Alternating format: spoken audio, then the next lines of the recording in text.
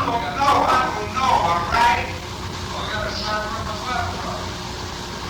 Hey, I'm telling you, if you don't want me to prove my business that I did it, all right? Just take me to jail. I got a bad temper and I don't like to be locked up.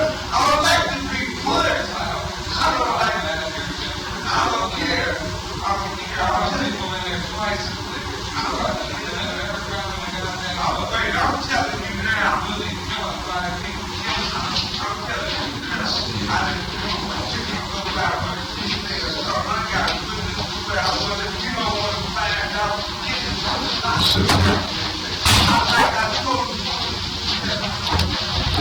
What is going on there? Really? I'm going to take a look. Get this thing out.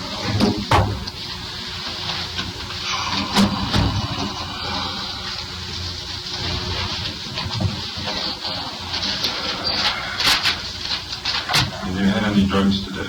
No.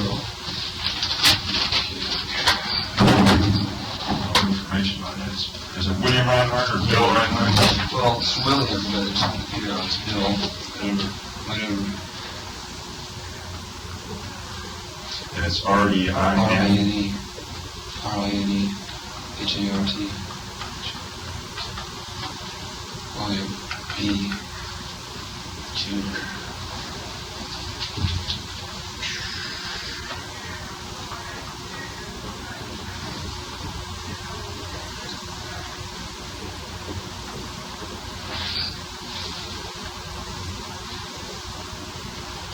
And where do you live? Gee, I don't know the address. I'm Bobstone in Sherman Oaks. Just moved there and I couldn't, I'm not really sure what the address is. I think it's... What was your former address? Former address is 4931 Tarzan Woods Drive. Tarzan. Good phone. The phone number there was 342. You don't have the phone? No. And who are you working for, or what are you working, what are you doing? I'm a record producer. I'm working for various people all over town. You used to be a guitar man. Oh, I rock and roller for the last 6 years. Yeah. I'm a musician, I'm a studio musician. I do a lot of work in the studio. If you had to list your employer, who would it be? Right now, at the present time, Mark Slotkin. Slotkin. And let's see his address. You got a phone? 654-7777. I want me one. 214-46.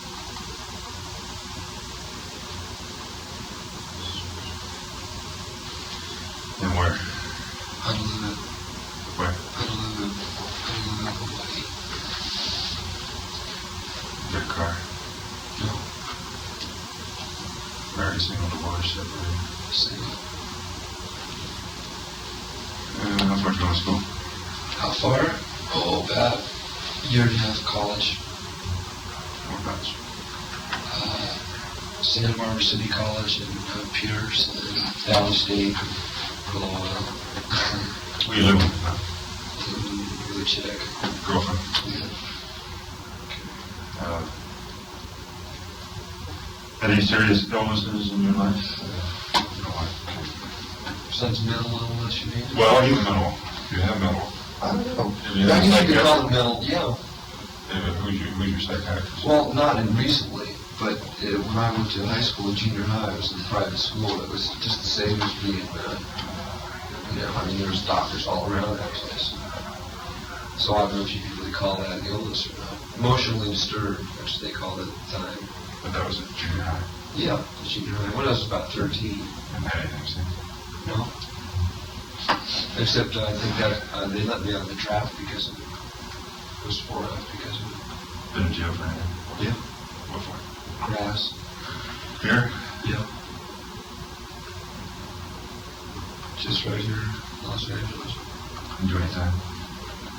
No. I never was convicted of anything. I was arrested, but I never... Tossed out?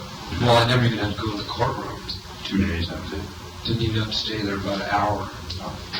And I was arrested down in Mexico. I don't think that has anything. Lived in the U.S. all your life? Yeah. How long have you been in California? Oh, about 13 years. You folks still over in Hong Kong? No, they're here. How long have you been that way? Same amount of time. Might even be more, I don't count.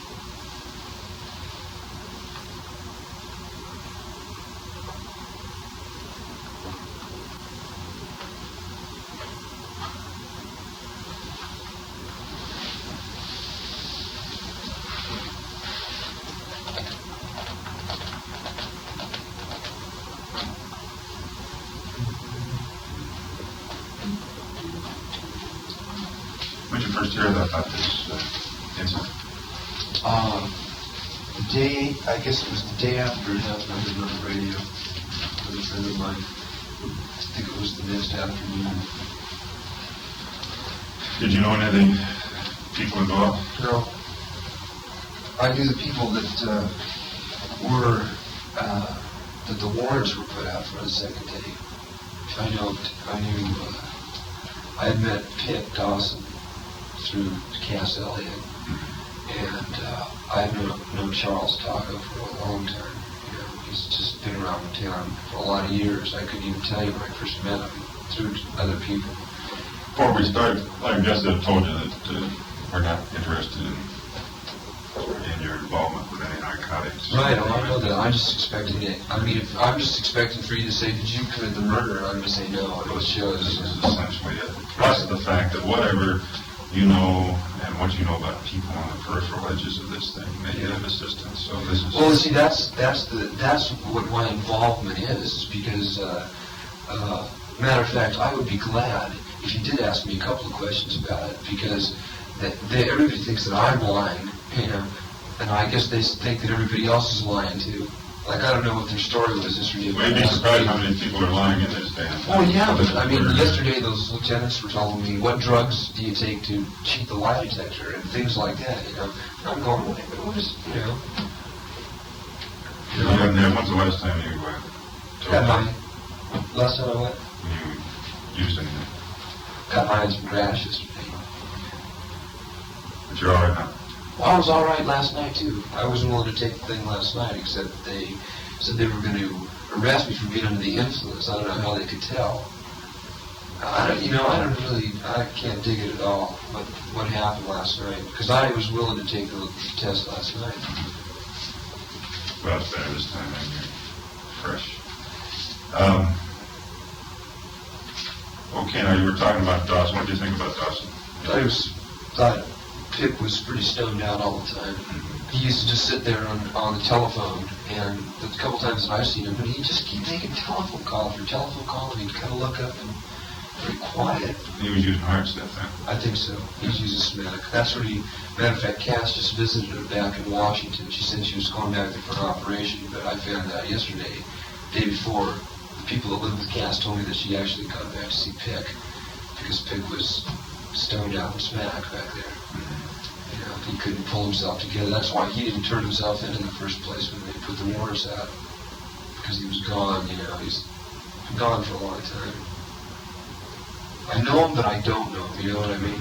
Where did you see him stoned out at the... Billy Doyle lived on Kings King Road, Road. yeah, and I was taken up there to buy some cocaine. Charles Taco took me there to buy some for somebody else. You bought it from Billy? Well, I bought it from Billy and Charles. I mean, I don't know if I really bought it from Billy because, see,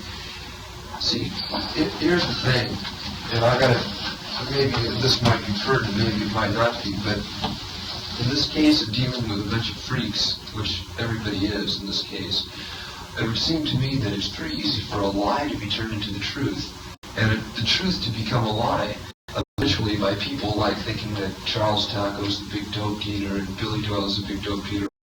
Other people have told me that Billy just first turned on this last year, and everybody thinks that Charles is the big dope dealer. Actually, he never gets any stuff, you know what I mean? He always claims to, and so everybody thinks he's the, you know what I mean?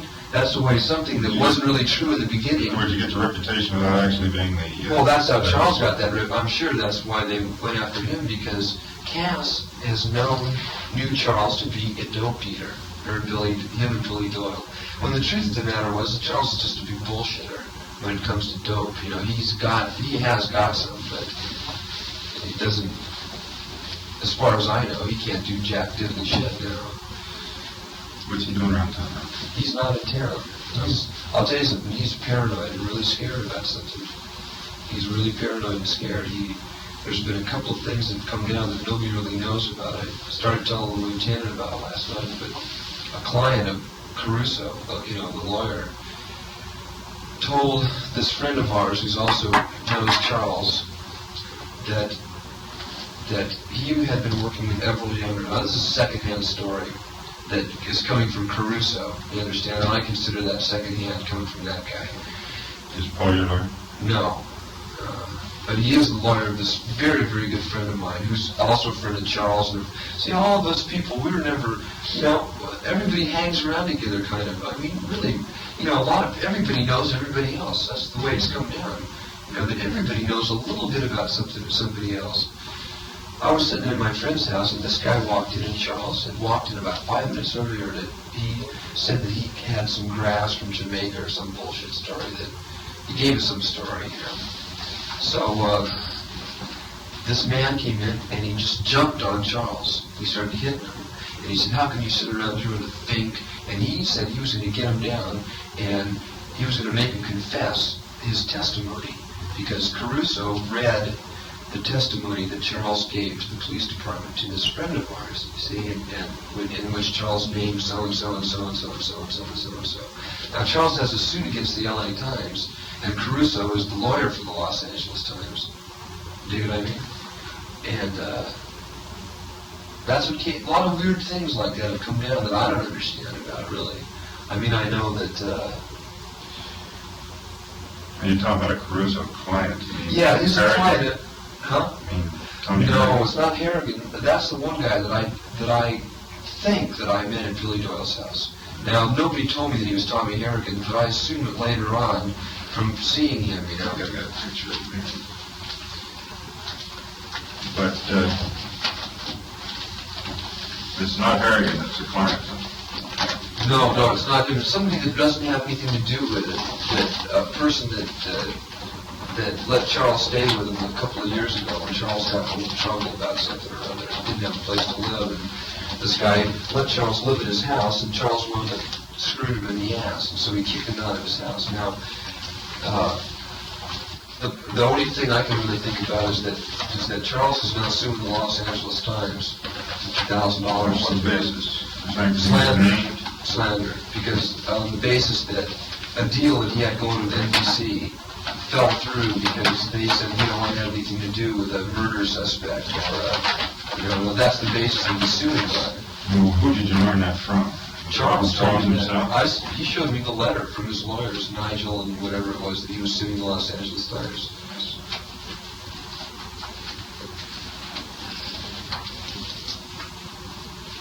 Yeah, that's him. But this isn't. This really doesn't. The guy that I saw at Billy's house the night that I saw him, I don't know if it was this guy or not, because I remember the guy was really ugly and really had curly black hair, and it kind of looked like him. I thought that he was Tommy Harrigan, and Charles had told me, "Oh, that's Pitt." Yeah, well, This guy was ugly, you say? he wasn't. He kind of looked like. I always thought it was Harrigan. He had a few teeth missing on the sides. Charles told me that was it. That was Billy's hitman, which I couldn't really even dig on that at the time. I know what you're talking about. That's not Harrigan. No, he's a guy who has curly black hair, and he said that those were the guys that had gone up to Ventura to get this faggot that had stole money from him and wound up torturing him up there and everything. And then it turned out that the kid was a masochist. Is that story happening? And then he dug it. And he got it off when they did it to him.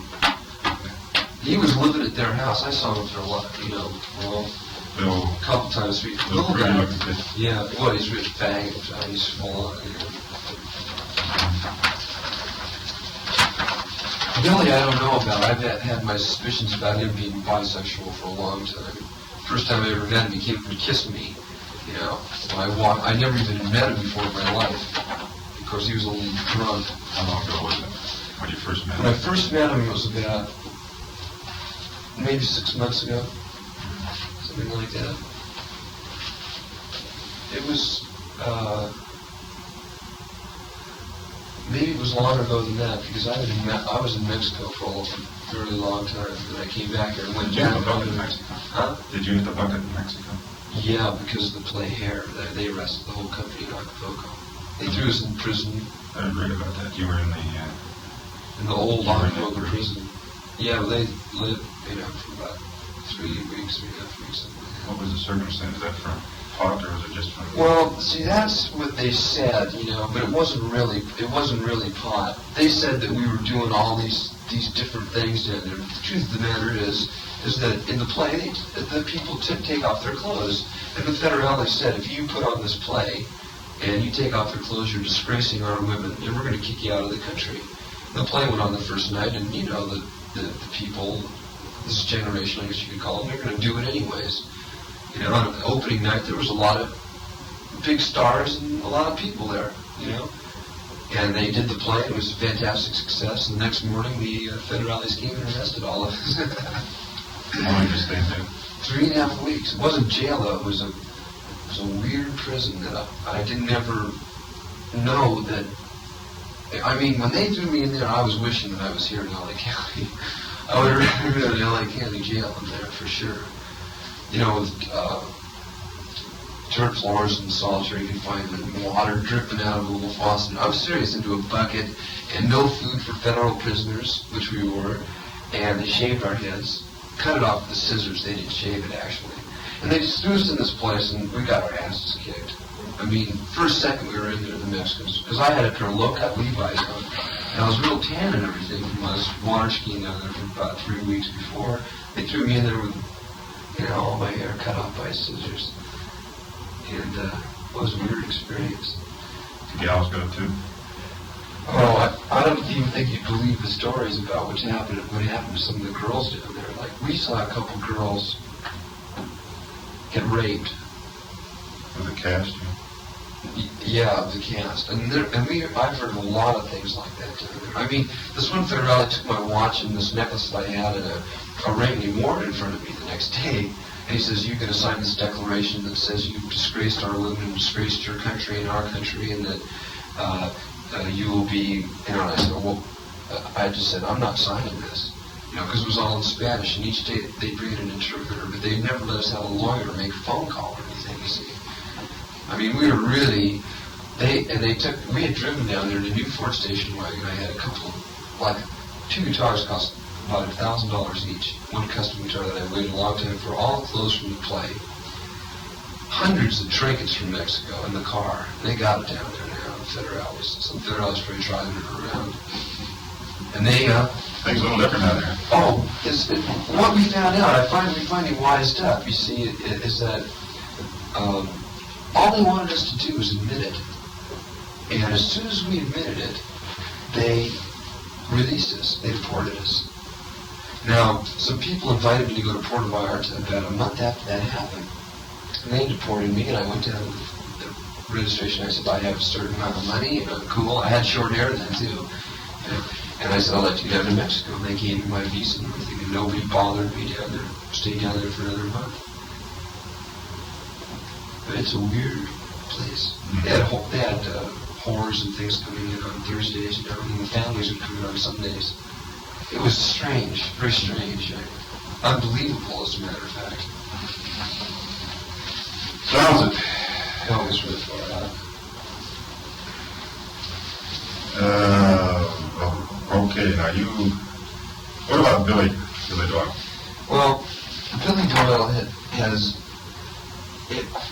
I don't know about him. He's a crazy kid.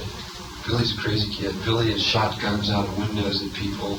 He's a crazy kid. That's all I can really say about him. He's supposedly a black belt in karate, a third-degree black belt, can break things with his feet and his hands, And people have challenged him to do those kind of things, and he's blown his mind because he hasn't been able to do it, you know.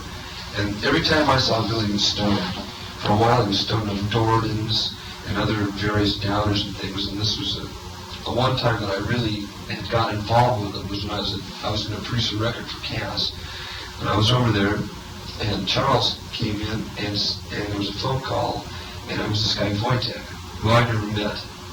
Now, see, they don't believe me. That's why, you know, when you ask me these questions on the lie detector, why I'm not afraid to take it is because I've never even met Roman Polanski or Sugar T or Wojtek or Jay Sebring. I've never even met him. I've never talked to him, never spoken to him my whole life. The only one that I know is Billy Doyle and Charles. Now, at this one time, there was a phone call, and it was Wojtek, supposedly. He said he had a gun on Billy, and that he was going, and if somebody didn't come over and pick up Billy right then and there, he was going to do him in, you know. When Charles came back with Billy, he was laying in the back seat, and his face was all cut up and everything, and Charles then chained him to the tree in the backyard of Cass's house. That's as close as I've been to being involved with him in any way, except being at Billy's house and buying some cocaine from him. Was he still on coke that night? Oh, his big trip was champagne and coke. I mean, he would call down at Green Blast or one of those places and just have bottles of the most expensive champagne products there, you know? And it was a crazy scene. It was crazy that, like, you walk in there and Pitt would be sitting on the couch talking on the phone, a little paranoid thing that his scene was into. I don't even know, you know. Other people that I knew that are friends of mine that are more or less straight people compared to them, because I consider myself straight compared to Pitt or Billy. They're nutty people. Is that, you know, you can really pick up some really heavy vibrations in there. If you're a sensitive person at all, you walk in there and all of a sudden there's an aura of craziness. And this little faggot was running around. And this other guy was telling me about the curly black hair. And Charles told me he was a hitman for Billy, some guy from Canada that was in the mafia. This is what Charles said. You know, I really don't know. If you showed me a picture of him, I'm sure I could recognize him. I have a picture of him. I think I know what you mean. And he kind of ran around there too at that time. Well, he was always there, and there was another guy there too. He was supposedly the heavy guy. Like if there wasn't a payoff or something like that, he was the guy that Charles said. He goes, look at, just you know, cool it. Don't go over there without me. And at the time, Charles had Cass's dune buggy. That's why all these people's stories are so weird, because Cass said she didn't know what was going on, or blah, blah, or John Phillips, I've heard, have said a few things. Now, John Phillips, for instance, had a party at his house a couple nights ago, and this girl that I live with, I don't ball her or anything like that, I just lived with her in the same house, and she told me, she didn't come home, and I said, well, you know, where is she? She goes, I went to this party with these freaky people, and I said, well, whose was it? It's John Phillips, and everybody was stoned on mescaline. Yeah. So here's all these people saying they don't have anything to do with these drugs and this and that, and they're having parties right now, you know, and they're all stoned out of their heads. This was just recently? This is just a night before last. Mm-hmm. But Cass was people, I don't know. See, Cass, it really did a number on my head. I couldn't believe it. She wanted to talk to me, and she said, everything's cool now, I don't care about Billy, this or that, and she just looked right in my eyes and just told me the biggest fucking lies. I mean, if she wasn't lying to me, then the two people that talked to me last night were lying full on me, because they said, we're going to book this kid for suspicion of murder, and I'm going, wait a second, you know. I've never even been to the house, and they said, well, we have people that say that they've seen you at that house. So, I don't know. I just like to take the test, or whatever, you know. How close are you with Cass? Well, I was really close at one time. I mean, I really dug her. I still think she's a really groovy person, but I think she's got really a big mouth. In the first place, she didn't have to say anything to anybody. She didn't have to get my name involved, or Charles, who I don't think had anything to do with it, or Billy. I don't think any of those people really had anything to do with it. And I heard that Charles told the police that they were after a big load of grass in Jamaica, which turned out to be a big BS story. See, it was a lie that turned out to become the truth, because it so happened that Charles stooged Cass for this motorcycle so Charles could get some collateral. Do you follow me? To get some collateral to go to Jamaica. And they just went there for vacation. I know they did. You know. Now Charles has just come back in the last couple of weeks, and he says, here's the grass from Jamaica, and I know full well it's Mexican grass. that he got from San Francisco. And he's gone around and told Cass and the people that live with Cass that this is the Jamaican grass, right? I mean, the whole thing is totally screwed up. And so I've heard from the very beginning that they wanted to question me, but I figured, well, if they want me, they'll call me up and tell me, you know. All right, so last night, I mean, the police that came and got me last night were a little bit far off base, because they came and ran right over my mother. And she was standing there in the door, and she says, no, you can't come in, you know. Which means, and they just shoved her out of the way. It was a little bit kind of ridiculous, you know. They put the cuffs on me and, you know, dragged me out in the neighborhood, and it was really kind of a weird scene to have come down on you. You're lucky it wasn't Mexico. Hey, well, at least in Mexico, they don't handcuff you or nothing down there. They don't humiliate you like that. You know, they're at least cool about it. The guy says, I got a gun here. If you try to take one step, I'm going to shoot you in the back of the head. You know, so don't try it. I mean, they tell you where it's at least. They don't say, you know, they don't say, you better come out here and then slap handcuffs and throw you in the back seat and you sit here. And they're not like that, you know. I mean, in Mexico, they really have the family thing. And they have this brotherhood thing down there that's really different than around here. Even though they're really backwards, you know, technically, and they're all fucked up in that way.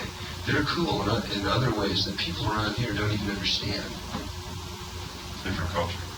It's not really a different culture because, heck, you go down to the Yucatan Peninsula where the Aztecs and meet some of the Indians below Acapulco that have high cheekbones and long black hair and big eyes and that look like Egyptian people, you know. And you're getting into a very sophisticated race of primitive Indians that are very sophisticated people that can do a lot of things that we can't do around here. It's not really even a different culture. It's almost like it's pretty groovy. One time. Hey, well, they lasted for how many thousands of years? The United States has been around for 100 years, and they don't really have too much chance of surviving the way things are now. 200 years. 200 years, even 300, 400, 500. It's still a little bit of the time compared to how much these other races of people were around, like the Romans or the Egyptians or, you know. Anyways, that's where it's at, I think. But I know Billy, I know Pick, I know Charles, and I don't know Tommy Harrigan. I don't think that I've ever met him before. I'm pretty sure that I've seen him before. You think Billy had the coke then, actually? Tommy Harrigan, I know, is dealing cocaine right now in this town. Right at this very second, you can buy coke from Tommy Harrigan. And then 4 or 5 people tell me that he's dealing again. And here's Caruso saying he's a beer-drinking Irishman. I mean, there's so many. These people are really screwed up. You know, I can't believe it. That's why if I'm the last person that's going to be questioned, like I said last night, I said, listen, you guys are desperate to get somebody, which must be true, you know. Well, See, there's other things that I think are true too that I don't see why couldn't be true. Like I've heard for a long time that Sharon's baby actually belonged to Jay, and that Polanski was all fucked up over it, and that he wasn't getting along with Sharon for a long, long time before he ever left for London while he was there during the killings. And I've heard a couple of people tell me that it's totally a job that Polanski hired 4 people in Europe to do the job. 3 Polish guys, and there was 1 American guy involved. You know, and that story would seem a lot more correct with some more basis than to say, here's a lone person, Bill Rinehart, and to tell you the truth, I'm just a stoned out freak. You say, where are you on the night of so-and-so, and I'm going to say, well, you know, duh, just like if I tripped over a big crack in a sidewalk and I wanted to sue the city, I'd never be able to sue the city because I wouldn't remember where the crack in the sidewalk was. Even my mother said to me, she said, look, if they asked me where I was on a certain night, I wouldn't be able to say. You know, I really don't know what the questions you're going to ask me, except, are you the I think if you killed 5 people, you'd remember where you were. I'm hip, and I'm sure that the lie detector would say.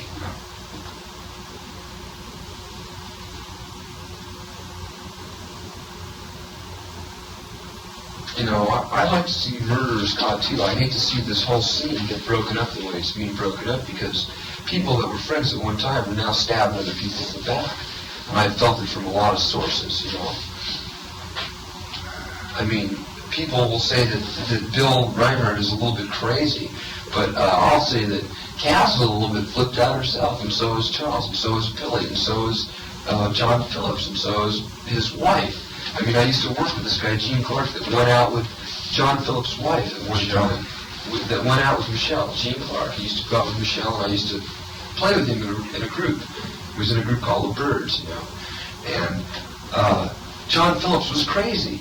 You know, when she was going out with this other guy, he'd call up and he'd sneak around the house and he'd do his little numbers. I mean, all these people are, anybody that's taken drugs, I'm sure, has changed vastly, you know, grossly. I mean, everybody that I know that's taken drugs, everybody's paranoid, everybody's schizophrenic, you know. It's very hard to find somebody that's not telling you two stories at the same time. Even I realize that I tell two stories at the same time, too, without hardly even realizing it. Do you think the people are schizophrenic before they take the drugs, or this, and then the drugs accentuates it, or they take the drugs and then become schizophrenic? Well, you know, a lot of it is because most of the hippies, whether you guys know it or not, are conservative hippies. Like, I consider myself a conservative, I really do. I mean, I like to live in the United States. I think it's a groovy place. I'm not a protester or an anti-war or anything. I don't want to see the communists walk over us by pulling out a so-and-so or doing this. I'm conservative. I just think, the only thing I really think is that grass should be legalized. You know, and I consider myself very, very conservative. I'm not a radical at all. Or just because I have long hair, I mean, the other police, you know, are saying, hey, you know, how would you like it if the communists walked over? You know, they're taking me as being a symbol. Right. Now, all these people, just like John Phillips and Cass, those people are conservative people. You know, we're right along with the establishment. We're using all the technological equipment in the recording studios, things that were invented by scientists who were part of the establishment. You know, we're not freaking out in communes or anything like that. And they have questions thrown at you and say that you're a radical, you know, to assume that you're a radical type of person, you can be very schizophrenic. But in the answer back, because there's not really any answer. You know what I mean? You have to tell two answers to a question like, why do you smoke pot, or something like that.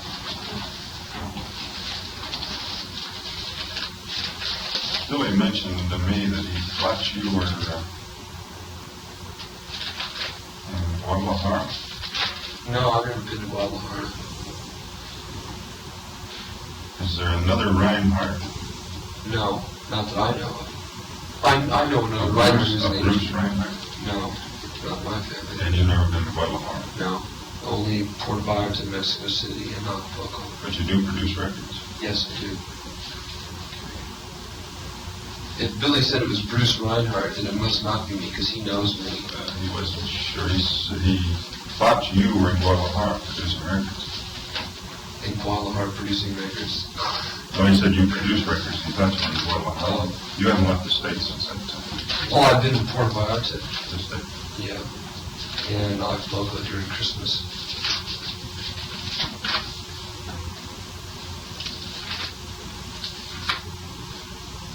How about Susan Howe? Do you know Susan Howe? Susan Howe? No, never heard the name before.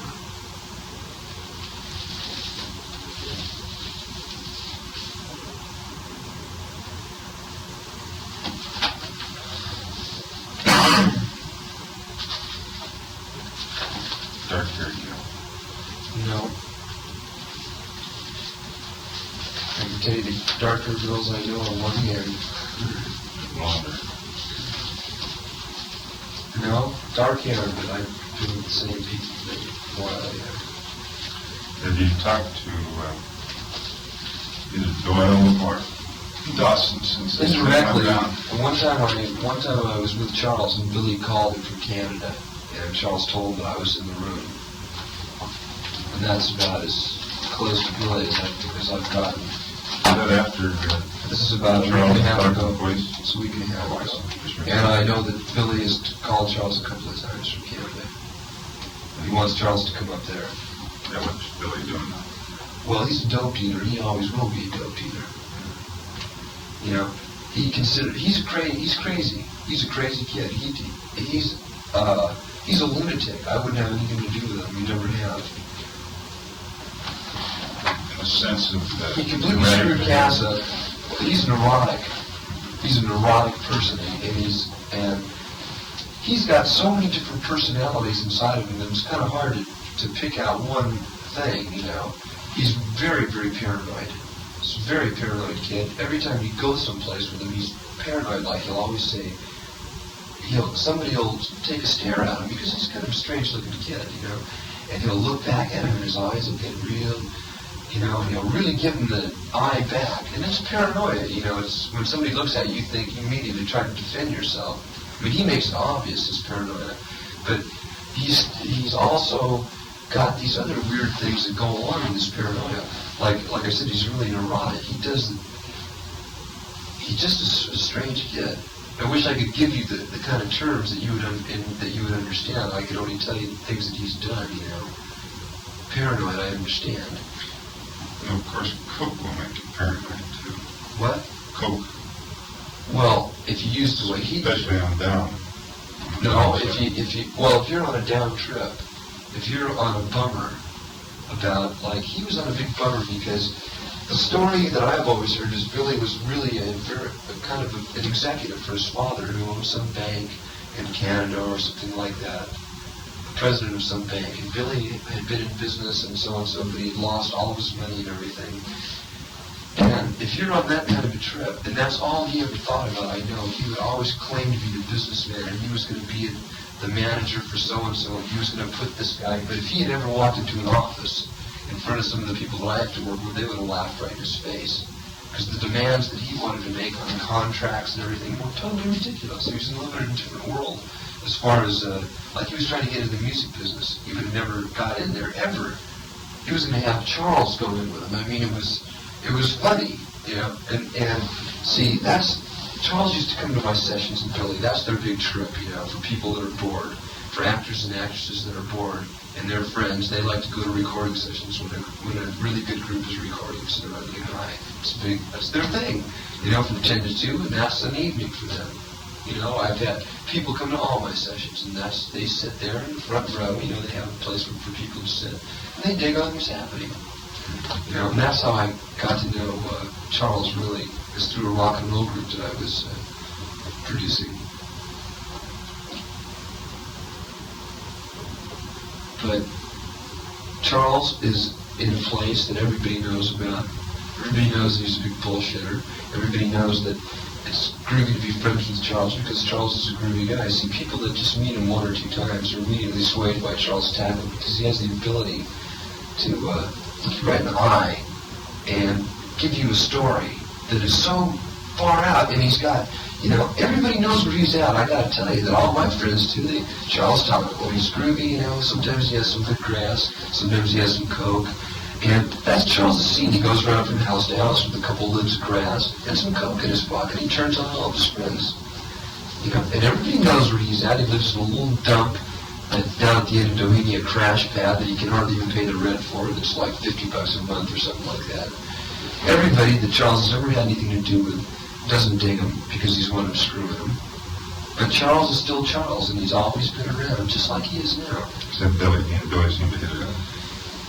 Well, because Charles moves in on the scene.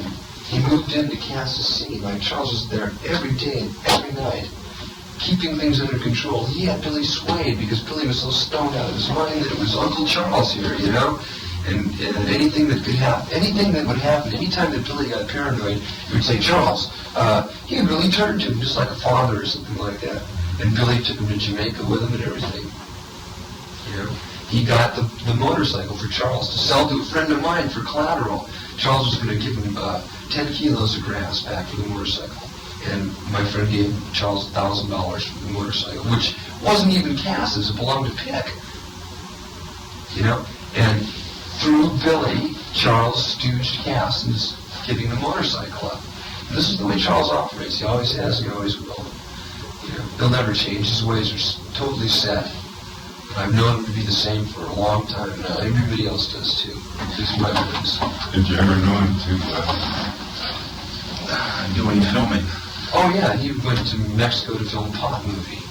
But I think that's a bunch of bullshit too. He's got all these reels in his apartment. He's going to cut this and he's going to cut that. But every time you ask him to see it or anything like that, he gives you a bullshit story. He does have reels of film. He does, But but is there anything on it? You don't know. no, I don't know, and I don't think so either, because I know some smugglers in Mexico that say that Charles comes down to Mexico, he's had his ass. They don't take him down there. They don't want him around there. He's gonna get killed if he goes back. Charles carries a gun on him. He has him since I've known him because a smuggler is after him. A certain smuggler that Charles turned in his name at one time.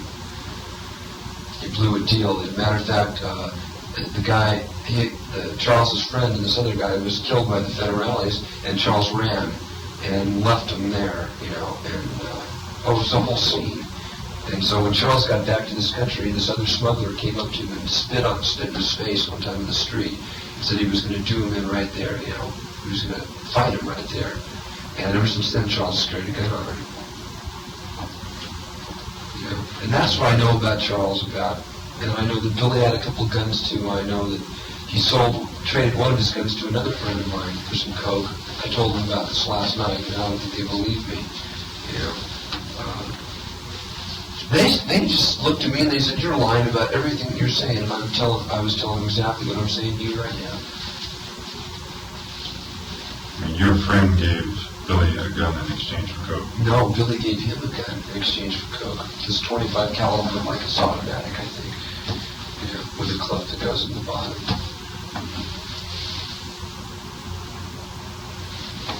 Now, Stephen Oliver, who also is another friend of mine, told me that they showed him a knife. Some sort of a Bowie knife or some kind of knife with a bone handle on it. So,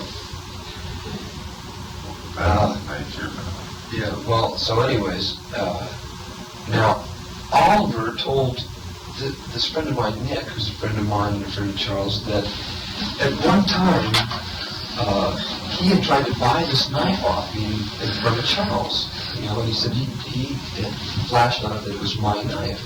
Now, I've really been thinking really hard about this, you know. And I had a knife that sounds like it could be that it could be the knife, but I really don't know. I mean, I flashed heavily last night. All of a sudden, this thought just came into my head. But you see, I don't students talking about it in university because I don't remember ever having to say, "Can I buy a knife from you?" You know what I mean? Stephen Oliver, that you're talking about. I'm talking about Stephen Oliver. This is really a valuable knife right here. I know a couple people that have these. You can't even buy them. Now, none of these are the kind.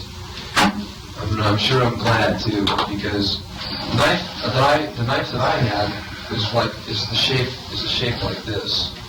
It's a little wider at the end. It's about this short, and the blade is not this kind of blade. It's a straight blade. I'm sure this must be the knife he's talking about there right here. This knife here, I'd like to have it. Maybe we can buy one of these.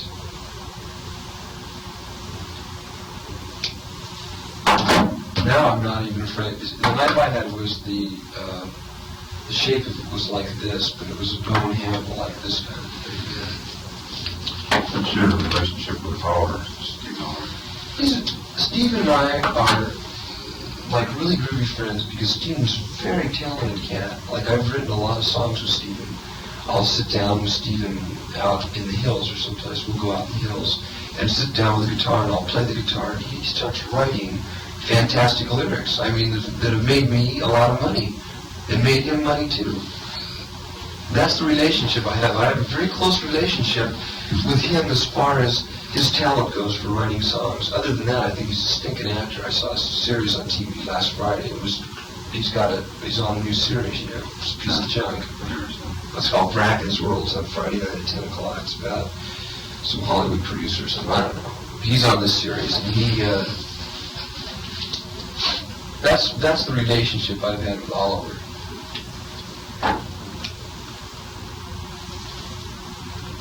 This doesn't work. Yeah. Really, this is the best knife right here. These kind of lock, I know. Seriously, a couple friends of mine that are in this yoga class with me, you know, like they're vegetarians and everything, and they have these kind of knives here. You know, you can't buy them around town anymore. They're not available. They just are not happening. And they cost like about $25, $30 anyways. 16 bucks. 16 bucks? Actually, Also, go downtown. downtown. I know I went to this knife store. That's why they're fries. Yeah. I went to this knife store on Reseda Boulevard, and the guy said that they weren't making them anymore. Came in a box and everything. It said Hunter's. Well, I don't know whether they're making them anymore, but they're made right here in San Diego.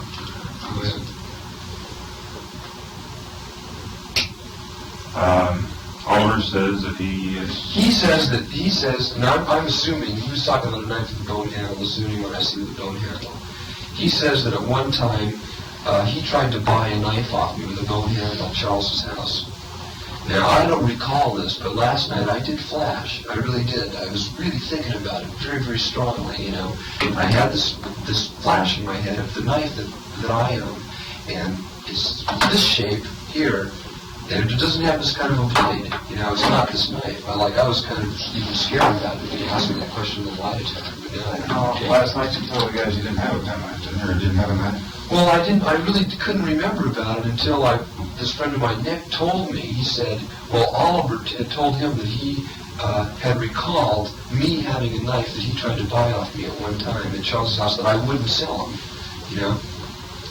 Mm-hmm. Now, so when I started really thinking about it, I can remember that I do have a knife with a bone handle, and I don't know where it is, but it's not any one of these knives here. Charles, a knife nut? Knife nut. Charles taught me how to throw a knife.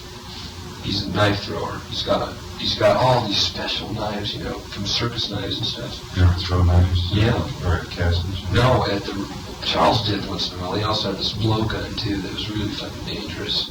This whammo blow gun, you know, that shot these darts about this long out of it. It's a crazy thing. But Charles taught me how to throw a knife. 45 butt line is kind of a ridiculous gun. You know, a 6-shooter butt line. You know, the little long barrel ones. And he would never let me shoot his handgun or anything like that. And he carries that on him. But he did teach me how to throw a knife, a throwing knife. There's a whole thing to it.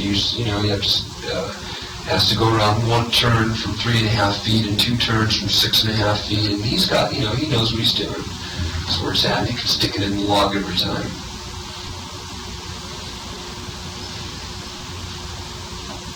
What other guns have you seen? Well, I seen this gun that supposedly Billy was shooting out the window with. You know? It's a 25 they don't know. I'm pretty sure that's the gun that he traded to Chris Hillman for the coke. This is a friend of mine, you know. He gave me this gun for something else. You know, that's really all I know about it. And that gun is a 25. And I was told that, and I'm not even sure if it was 25 or not. You know? But another story has come back. This is from Caruso, that they already had found fingerprints and footprints at the murder site, and that the gun was a small caliber gun. They also said that in Free Press and in Time magazine. You know? And I just don't really know what to tell you. There's so many things. There's so many involved little things, little side trips, because everybody does know everybody else. I don't care what anybody says. These people, everybody knows everybody else. And everybody at one time or another has sold a little dope that they've got to a friend, which would make all of them a dealer in actual reality. In reality, the way the law stands, it makes all of us dealers. You know what I mean? When you're blowing, do you use anything else? No, Sure, I've tried everything, but I've never shot up anything. I've taken some meth in a glass of water before, and it's like taking a desbutol. How about mescaline? Mescaline I've taken. Mescaline, see, I've never taken any synthetic mescaline, but in Mexico you can get organic mescaline. What you get is peyote. Okay. Peyote buttons, I mean, you can go to the reservation in New Mexico and eat peyote buttons along with the Indians where it's legal. They have special cards where they can eat it. Whereas I've heard if you're caught with it around here, it's like being caught with the smack. I mean, the whole thing is a little strange, you know. Acid I haven't taken for a long time. I used to take it all the time. But it gets you to, every time you want to take acid or something like that, it picks you up and drops you in a different place each time. No matter what's happening, you have different feelings about the same thing. You know what I mean? No.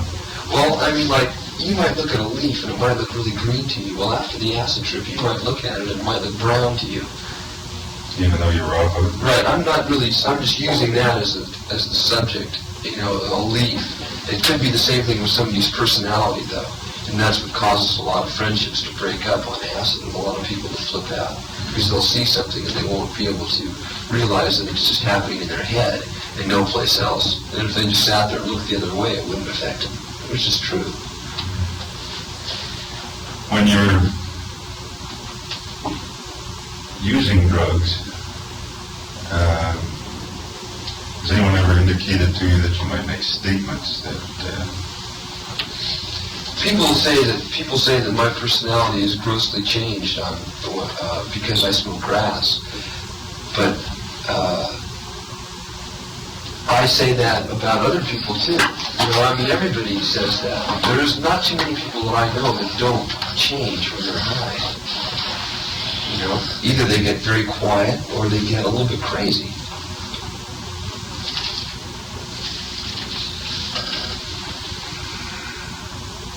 have you ever made any statements about this particular crime,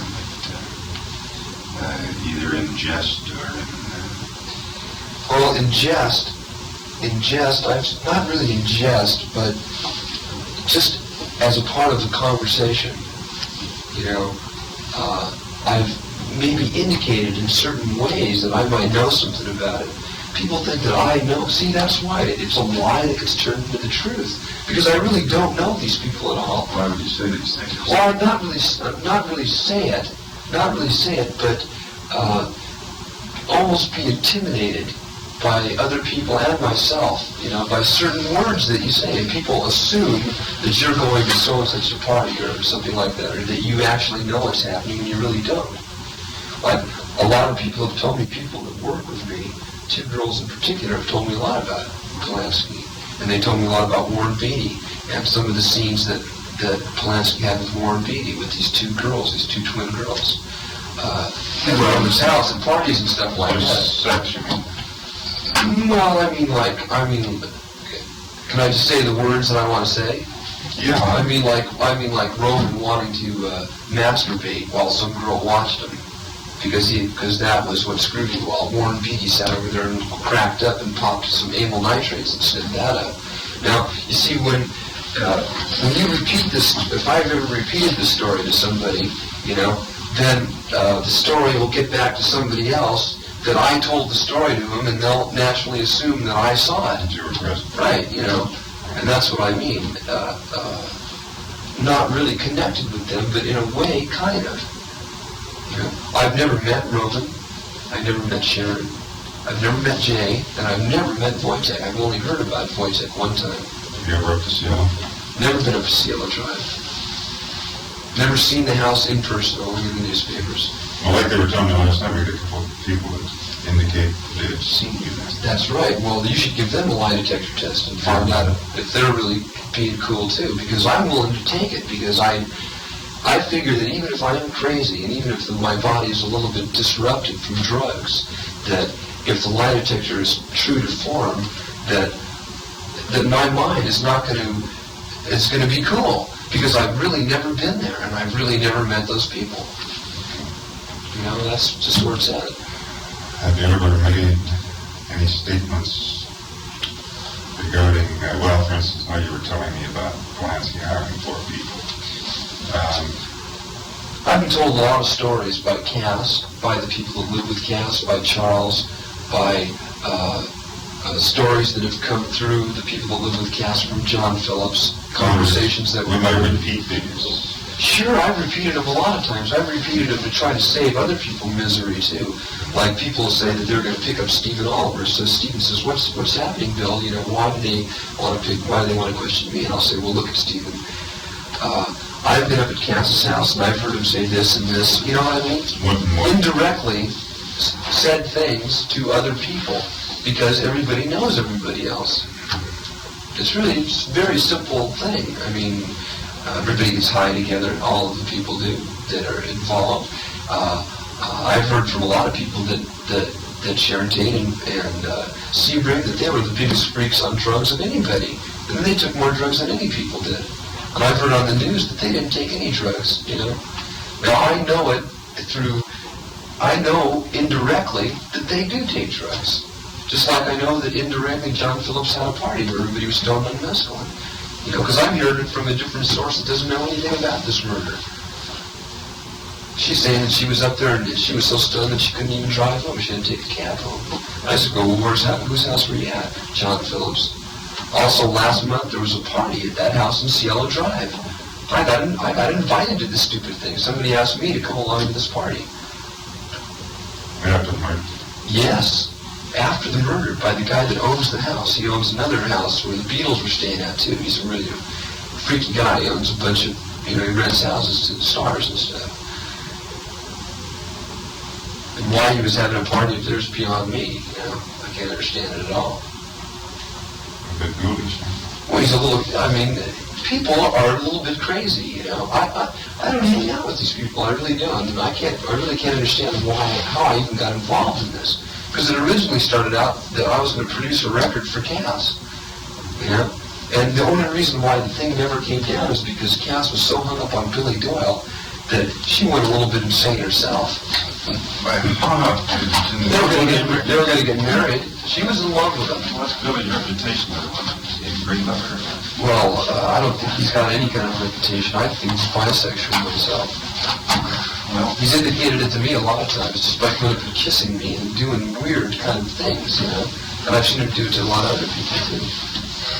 And he told Cass, and I got the story from Cass, that Wojtek had balled him in the ass one time.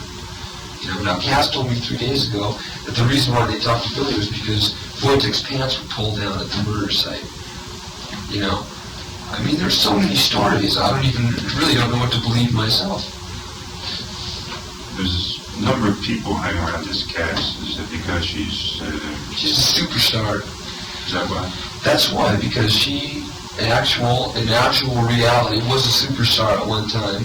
And she's a very in thing. They talk about it on the radio all the time. Marvin Cass is going to do this, or Cass is friends with Donovan and Johnny Cash, and she knows all these people, and they all know her. She's a part of the very, very in crowd. Now, there's not too many friends that come over there anymore. Nobody comes over to see Cass anymore. People come over to see the people that live with him. Another guy who's an actor, named Benny Carruthers. I'm sure you've heard about him, too. He lives there with his wife, and they have a baby. But Cass has a kid that the maid takes care of, and the kid calls the maid Mama. I mean, that's where Cass is at, you know. And was she... it's crazy. Did she set up sexual relationships with these people, or is it just the... Cass? Yeah. Oh, no, but Cass is pregnant herself. She wasn't married. I mean, Cass likes to get into it herself, you know, which is kind of hard to believe from talking to her, but she's just as freaked out as anybody else is. Yeah. Have you ever had a relation to him? No. I just wouldn't have been able to handle it. Take a bit of time, you'd be in trouble. Really? I mean, just, you know, it'd be a little bit ridiculous. But I'm sure that Billy has. You know, Pitt was living with her one time, and so is Billy. I know a couple other guys who lived with her, too. I've always heard freaky things about Cass, you know, like, I still haven't found out who got her pregnant. There's a lot of different stories about that, and that was 3 years ago. Maybe it was a toilet seat. Maybe it was. Have you ever made the statement to anybody that repeated, let's say, a story that a couple of Spanish guys did this? I've repeated a story that I've heard the Black Panthers did it. And I know for a fact that you can get coke from the Black Panthers anytime. And I had the feeling all the time that, well, this is kind of weird to say because I really don't know, you know. But I've always had the feeling, because like Black Panthers have always said to me, we'll give you coke, the ones that I know about, we'll give you cocaine for guns. And I know Billy and Charles are really into guns, man, and knives and stuff like that. They really are. Especially Charles. He knows a lot. Like I said, he taught me how to throw a knife. Yeah, I know a couple other people, friends of mine, he's also taught how to throw a knife and shoot a gun. Spanish guys, not really Spanish guys, but you see this one person that Charles, I was telling you that before, the reason why he carries a gun on him is in Guadalajara. He's making a grass buy. Charles used to be friends with this guy. Now, it turns out, now I've heard this, I don't know if this is true or not, I'd like to find out, but supposedly these two friends of Charles's, there's been 2 murders down there, of 2 Mexicans just recently, and this guy supposedly bumped him off, this friend of Charles, it's also after Charles. But you see, Charles has got himself in so deep because he said he's going to go to Jamaica and get grass. He never came back with any grass. He had all this front money and all these things that people were giving him as Charles's last chance. I really mean that too. Nobody will even associate with him now. Then all of a sudden he came up with this pound of grass a couple weeks ago. He's gone around to all the people that he said he was going to bring Jamaican grass to and told them that it was Jamaican grass. He's told some people it's Mexican grass. I mean, it's hard to really get a true picture of what's happening between all these people's personalities because everybody's pretty fucked up. Personality-wise, Everybody lies. I lie a little bit myself to get myself out of things. Just steal. Sometimes. I've been known to be a pack rat at times, but I know a lot of other people that are too. To see some groovy little roach clip or something like that, I've had people take things from me the same way as I've picked up something in theirs, you know what I mean? It's a funny kind of a scene. It's the kind of a scene where nobody really. Well, I'm kind of sorry that I'm the last one that they're talking to, that they're going after, because if I would have come in the very first day, maybe my story would have been believed and theirs wouldn't have been. You know what I mean? Yeah, the first liar. Second liar doesn't have a chance. That's right. As soon as somebody lies, then the next person that wants to lie doesn't have a chance. That's true. Well, we'll give you this exam to give you a chance. Oh, one thing, Phil. Did you ever pull a knife on anybody? Well, there's this one chick that says that I did, but it's a bunch of BS. She told me she was going to shoot me with a gun, this chick that I was living with, and I had gone through this whole scene with her. It would take a while to explain this kind of scene. I was living with her, we had agreed to live together, and we were sleeping in the same bed, and it wound up that she had an operation or something like that, and she was all screwed up, bleeding or whatever, and I wound up getting pissed off about the second week, and we just didn't get along, and so she wanted me to move out, and I wanted her to move out. I had given the money for rent, and she had signed the lease because they won't rent to long hairs in Beverly Glen. It's true, they just don't. So she wound up kicking me out, and what she used to get me out of the house, because I told her that I wasn't going to leave, is that one night I called her a cunt in front of her friends, and so she said, if I had a gun, I'd shoot you. And at the time, she had a knife in her hand, big kitchen knife. She was cutting up onions and stuff, and when she put it down, I grabbed it. And she went and called her mother right there, and she said, you pulled a knife on me, and she said she was going to make a police report to that effect. And that's what she used to get me out of the house. She said, I'm afraid of you, and I've told the police I'm afraid of you, and so you better get out, because if you come back, I'm going to call the police. And what am I supposed to do? So she says that I pulled a knife on her, but I'm saying that I didn't really pull a knife on her.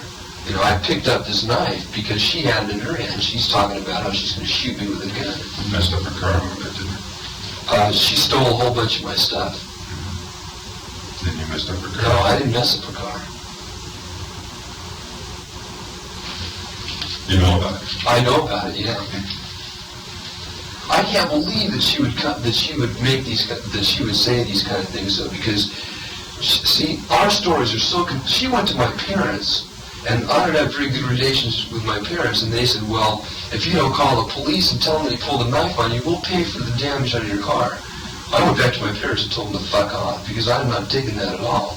I mean, she would ask me for money to buy food for the house. The first week I went in there, I gave her $60 to buy groceries, because a friend of mine was living there. She went out and bought an antique dresser drawer and a new pair of jeans for herself. And she came back, and I got pissed off at her. This is how the whole fight started. And so I didn't have that much money. She didn't have any money at all. And my friend didn't have any money. I was the only one that had some bread. I'd give her the bread, and I'd say,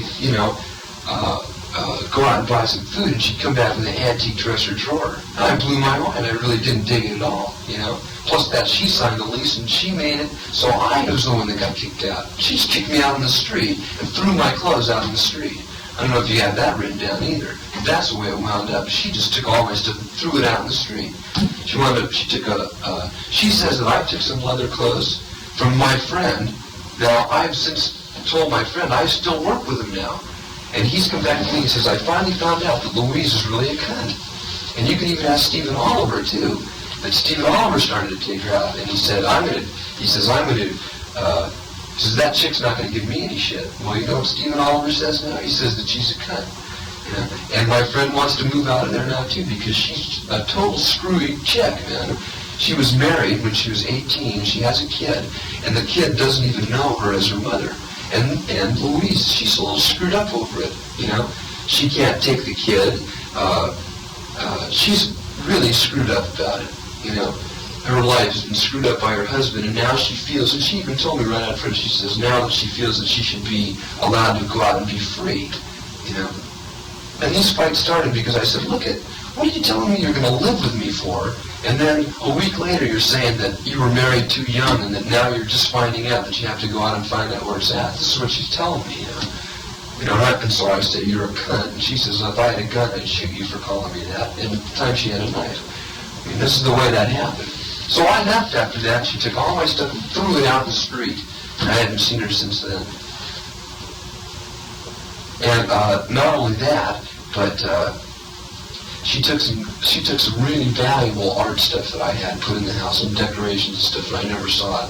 She took about 5 or 6 silver watches that I had, a bunch of little silver boxes, because I collect these little boxes, She took all of those things. She took a leather shirt that the Indians made, that Apache Indians made, a really old one with a bullet hole in the sleeve and everything.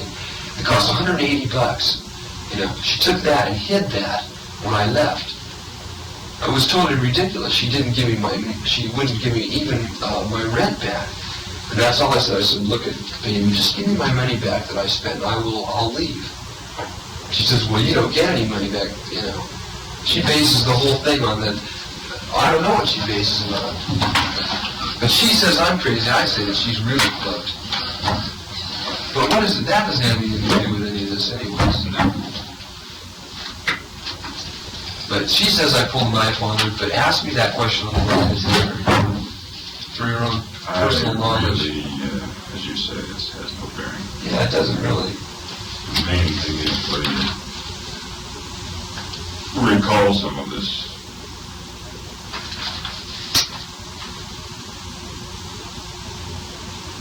Downtown, you get these in. This is illegal unless you carry it in the case, though, like on the outside of your vault. That's the way these terms of wine happen in these cases. Just tell me going to your buckeyes. I really am happy that I've never seen any of these knives before.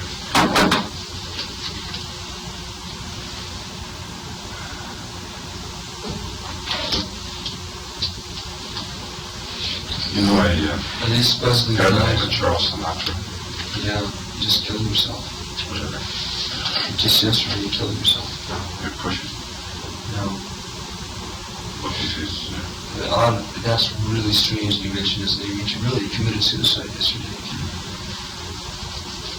What was his problem? He was hung up on this chick, and she wanted a divorce from him, and he couldn't handle it. That's the truth. Charles was a very good friend of mine for a long time, It was in my mind yesterday. I talked to this chick, and she said Charles is dead, That he had been missing for 2 days. He tried to commit suicide before he took seconals, And they got him to the hospital about time, or I guess this time he had just got up in the mountains, about 40 or 50. She told me yesterday that they found him dead. But that's weird. Why would that name come in? Do you have something written down about him? He used to sell acid and stuff like that a long time ago, but he doesn't even know Billy Doyle, or he didn't know any of those people. And anyways, he's dead. That's weird. That's a flash. You mentioned his name because I just heard this. As a matter of fact, it was last night after I left here. I went over and saw this chick, and the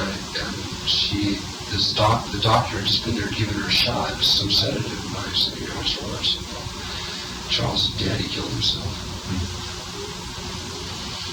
That's how far paranoia takes you when you're taking a lot of acid. Like when she first left him, he flipped out. He was taking acid every day for about 3 weeks and drinking a lot of booze. He wound up getting taken in for sheepdog and kind of in his apartment at one time. And they put him in jail, and then he came out, and he couldn't believe that he'd been in jail. He never experienced anything like that, and he saw a couple people that had been beat up, and he went on this whole trip. For the last few months, he's been totally in a different place. He tried to, like I said, he tried to repeat suicide before. Finally made a big team, huh? Oh, that's just the biggest coward we have. I can possibly believe is taking a bunch of downers and just falling asleep and dying. He's that great acid peddler in the sky. This guy was a pretty good friend of yours, huh? He was at one time, he I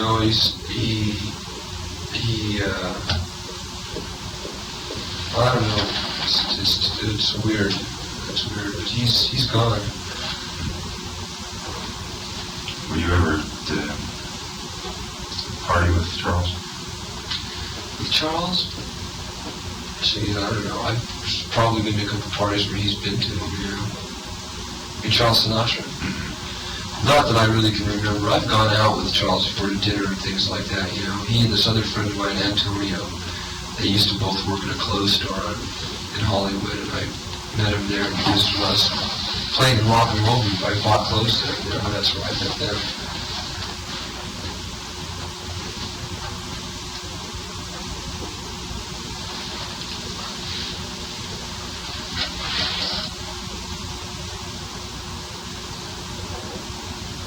Do you recall, or have you been told by anyone that you never got involved when you were... I've gotten violent a couple times before. I've been really pissed off in the studio because I feel that when I'm the producer of a session and somebody starts to give me some shit, that it's my right to tell them to leave the studio. What's your primary gig? You an arranger or... I'm an arranger and a producer. But primarily I'm a songwriter, though, You write? Yeah. Music, not lyrics? Music and lyrics. Just on occasion I've written some things with Oliver. Like I told you, he's written some lyrics. Sure, hasn't everybody had an occasion to get violent and get pissed off at somebody? I smacked some girl one time pretty good in front of a whole lot of people. You ever pull a knife on him? No. Never pull a knife on anybody. Except this one time when Louise says I did. Which is a bunch of bullshit.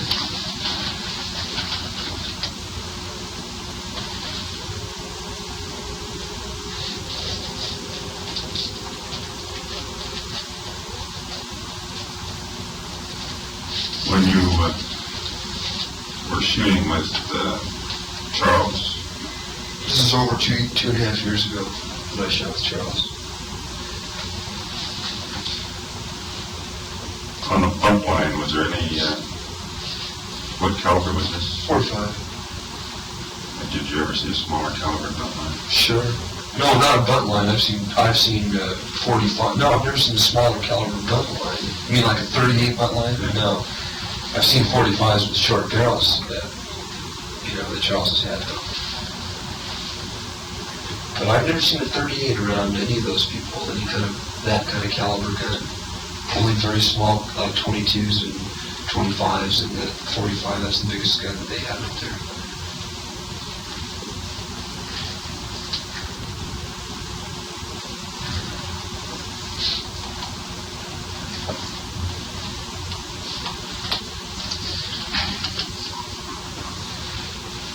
Okay, I will give you these questions. All you have to do is answer yes or no, Bill. Okay. Well, what if you, like I was thinking, if you were to ask me a question, Something that I wasn't sure, yes or no. The only thing I can say is I'm not sure. These will be ones that you're sure of. Oh, you mean you have questions to Yes, me with? there's no curves. They're all clear cut. Right. And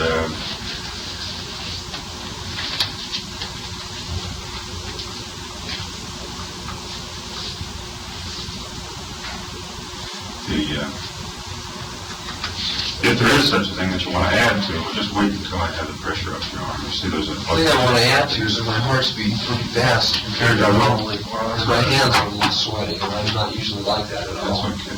This thing isn't designed to put you completely at your ease, as you probably... No, I'm slightly nervous. Yeah, all right. There's no problem. We'll, Say, if I lit up a cigarette, I'd probably be really calm there. You got an ashtray or would you prefer? no, let's hold off, and I'll let you smoke. I don't really care about really, but it does really calm me down when you smoke a cigarette. I haven't even smoked a cigarette today. You know, None. I didn't eat breakfast either, though. Just as a personal aside, this has nothing to do with it, you talk about legalizing grass and all that sort of thing, and then you turn right around and say all these people go shitheads. Right, that's why when I said to you that it's hard not to be schizophrenic when you're saying that you're conservative hippie, because there's a lot of groovy aspects to have grass legalized, just like there was to have booze legalized. There's a lot of bad parts about it too, though. And it's hard to say that you're a radical if you want these things done and also conservative at the same time, and that you dig your country, and that you dig going up in the Malibu Hills or to Oregon, the beauty in this country is fantastic, But it's hard to say that, to say that you don't dig your country is the reason why you don't dig is because maybe you don't agree with what they're doing, And I don't agree that, like, the marijuana laws they're heavy. They're heavy for, you get just as high from taking booze, from drinking, you do. And it even puts you in the same hallucinatory state at times, just like other narcotics will. I can consider booze almost a narcotic. At least if you want to call marijuana a narcotic, then booze is too. Heck, in the 30s and there, when they filtered wormwood, and all those freaks in the 20s and 30s sat around and drank Pernod, they were taking a narcotic that was stronger than any kind of marijuana. That's an opiate, right? It's been going on for a long time. I know a couple people that turned on the grass when it was illegal in California in the 30s. Legal in the United States. Those people are groovy people right now, They're in business and they're groovy. They still get high, though,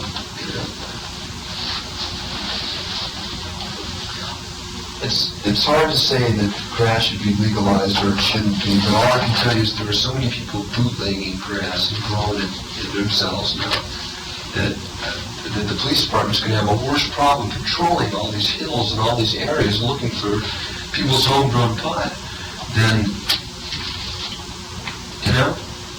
it spreads things pretty thin when you have to go through all those numbers. You have to worry about smugglers coming in here and people coming in here and planes flying across the border at low altitude and all these things. Plus, if it was legal, the United States would get so much revenue that they would be able to clean up everything. They'd make so much money off it if they grew their fields. And the American Tobacco Company already has a purchase thing on all the land in Michoacan, in Mexico. They're expecting it, I think.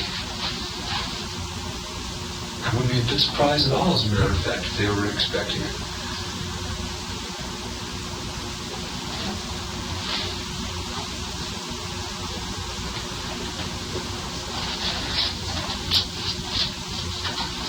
This is all that gets put on your radio? Yep, we're on your album back.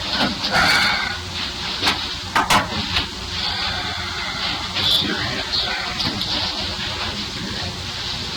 Just the one.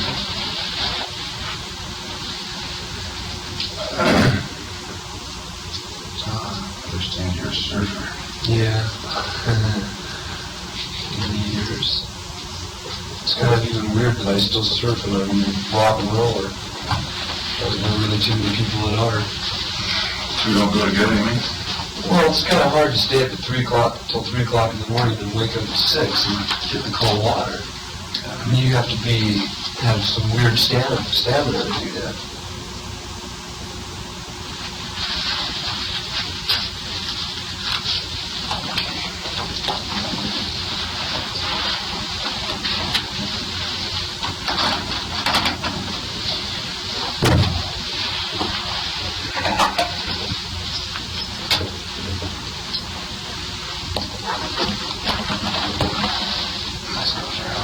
Breathing.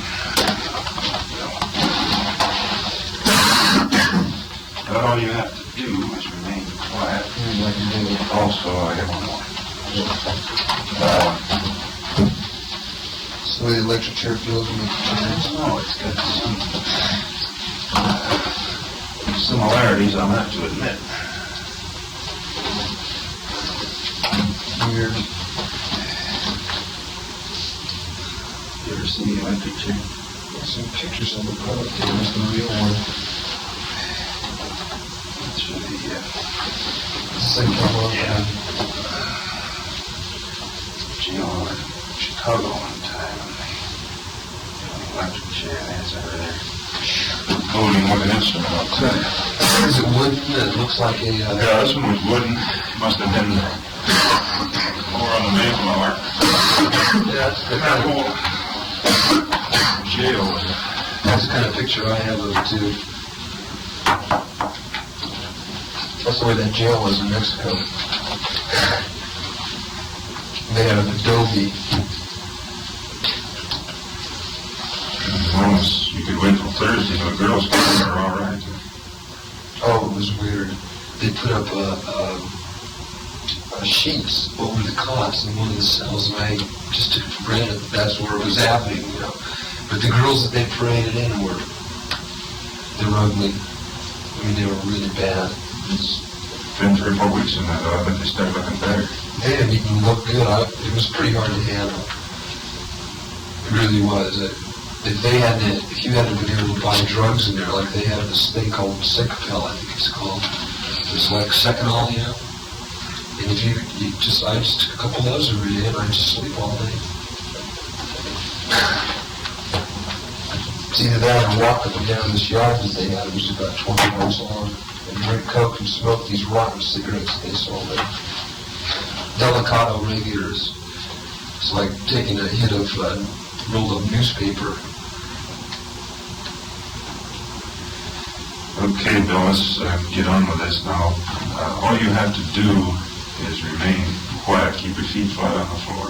Just look straight ahead. And when you answer, stay straight ahead. You don't have to look to me. What? My hands up? Get on your pants. Don't do that during the deal.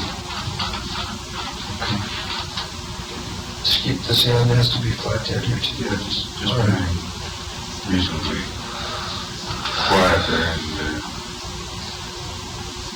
those deep breaths will screw things up, so... I just feel, I really can feel my heart beating kind of a little faster than normal. I can feel it, it kind of makes me nervous to think that I'm nervous.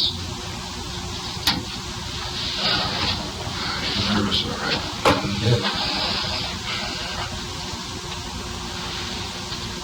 Okay, now remember, just answer these yes or no. I'll put some pressure on your arm, Bill, when you feel the pressure. About the time the thing gets uncomfortable, I'll have it off, so don't move until we're done with the exam.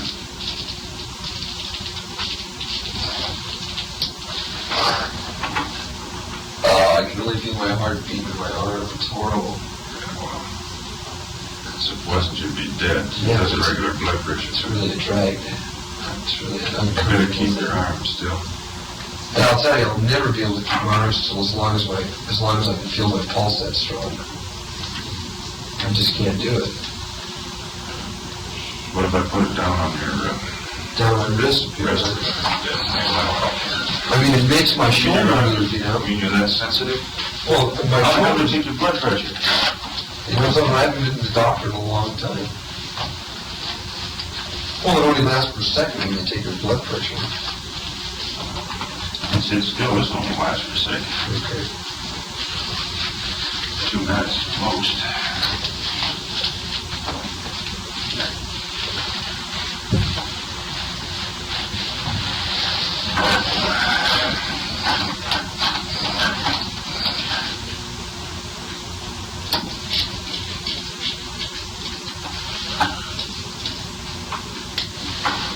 Better? Yeah. Can't feel it at all right now. Now I'm starting to feel it. My pulse beat. Okay, let's answer these yes or no. Okay. Just breathe regular now. You're breathing like I am. a panting goat. That's the way I breathe all the time. Stop squeezing your arm. You don't breathe that way. If you breathe that way, you'd be... Yeah, that's better. I really breathe normally. There you go.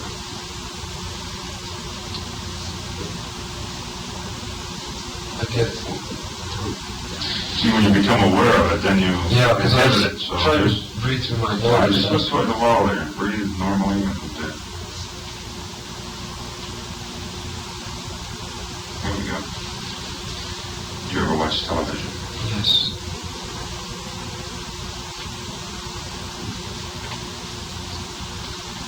Do you play the guitar? Yes.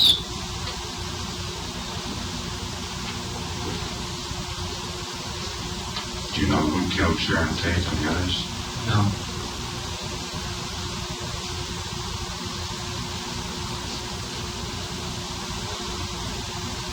Do you have a California driver's license? I don't think I have one anymore. Okay, just yes or no, that's right.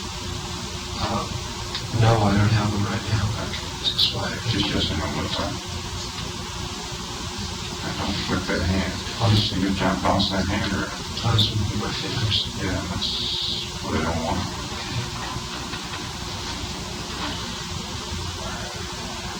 Did you have anything to do with Sharon's death and the others?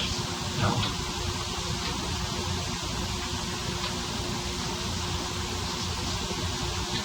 Do you know how to drive an automobile? Yes. Have you ever used heroin? Used it by, you mean shooting it? Yeah. No.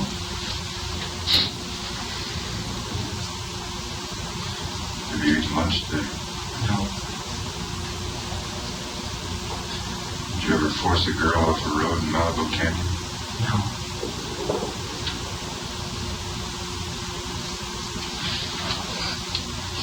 That's pretty good for the end there. Now you kept yourself pretty still. We want to try that again. Okay. I was just starting to get used to this thing on my arm now. It's kind of really pretty strange.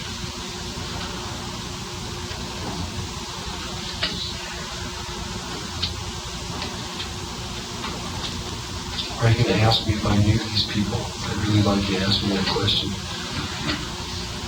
Because I never met them ever, any of them ever before in my life.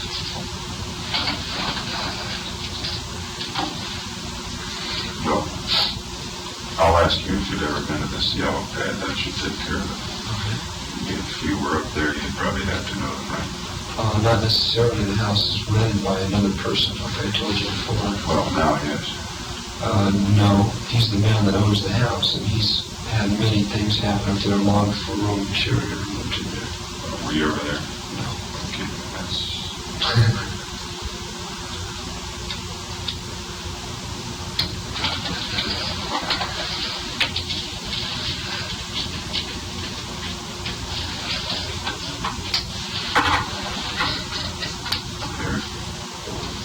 Fussing with your fingers again.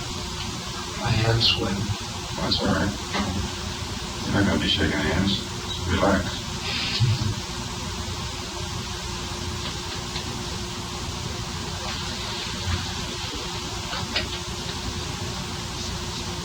Did you ever listen to the radio? Yes. Are you a citizen of the United States? Yes.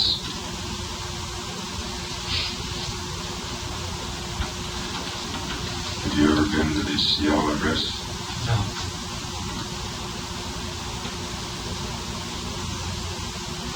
The to smoke cigarettes? Yes. Are you withholding any information in this case?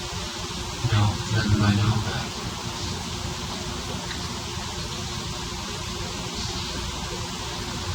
You ever stolen a .22 caliber cleaning kit? No.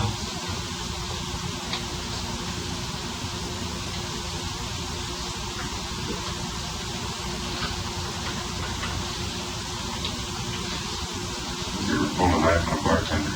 No.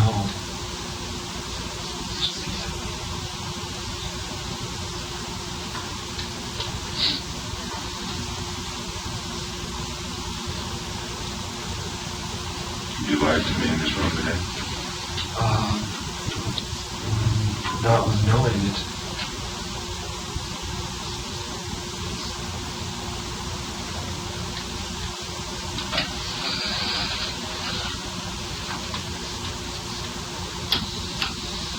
What I meant to say in that last question is what I believe to be true is what I'm telling you.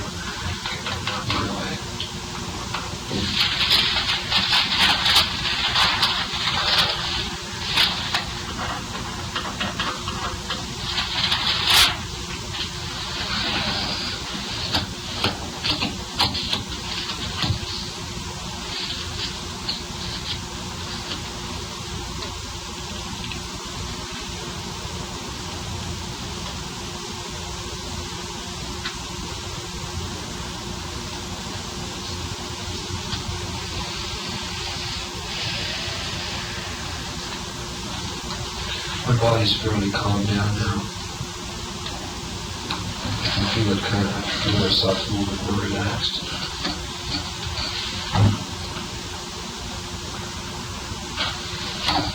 Okay, we'll repeat that last one.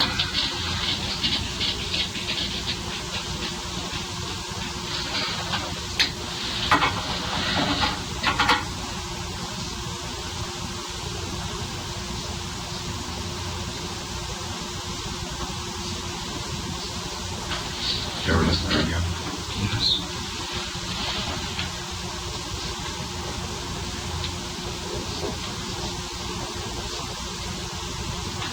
You ever met Bukowski? No.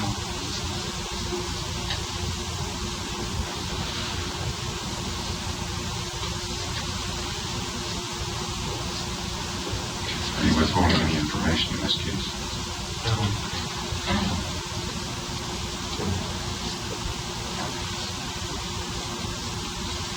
You ever made the statement that two Spanish guys made this hit? No.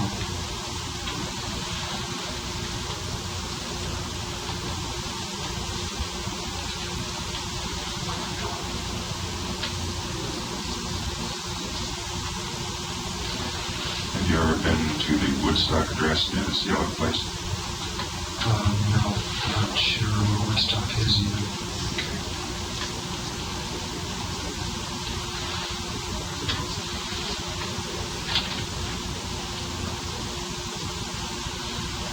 You ever fire a gun into a truck? Yes. My own truck.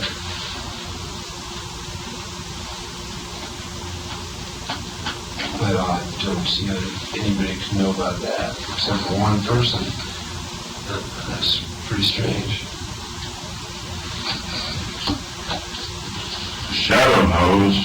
Yeah. This was up in the middle of the mountains where our truck got stuck. And I had a .22. I mean, I shot right in the back of the truck because we were pissed off at it. That made a lot of sense. That question was really, yeah, I guess what we did made a lot of sense. But you would have too if the truck would have been stuck in the trench. Sure, every time that car breaks down, I fire into it. It wasn't like that at all. No. Their friend fired into it too a couple times.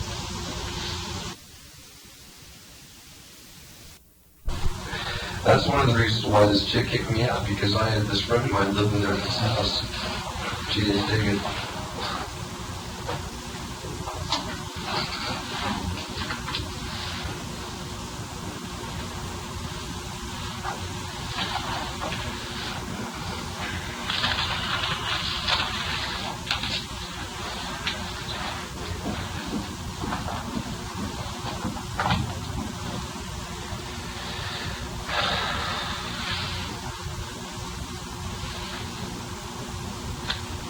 it MDA yet?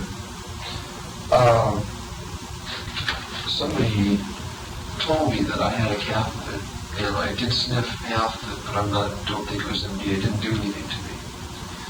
So maybe I did, maybe I didn't. It didn't have any effect on me though. How about fairy dust? Fairy dust, I sniffed a little bit. I don't think it has some fairy dust. What's it good for? Supposedly it's an anesthetic, but I say that it's that gorilla tranquilizer that they were passing off for THC. Remember when that? Gorilla tranquilizer, that's a new one. No, it's animal tranquilizer. You call it gorilla Gorilla. That's right. And you just take a little bit of that, and supposedly it gives you the same effect as THC would. What's THC? THC is supposed to be synthetic marijuana.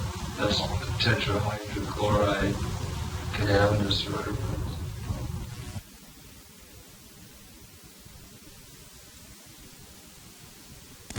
Right. Synthetic marijuana. See, they say it's synthetic marijuana, but I've read some reports that say that that's such a BS, that they use this stuff's called gorilla milk. They use it to tranquilize gorillas and things like that in the jungle instead of killing them. And they buff it down with whatever, baking soda or whatever.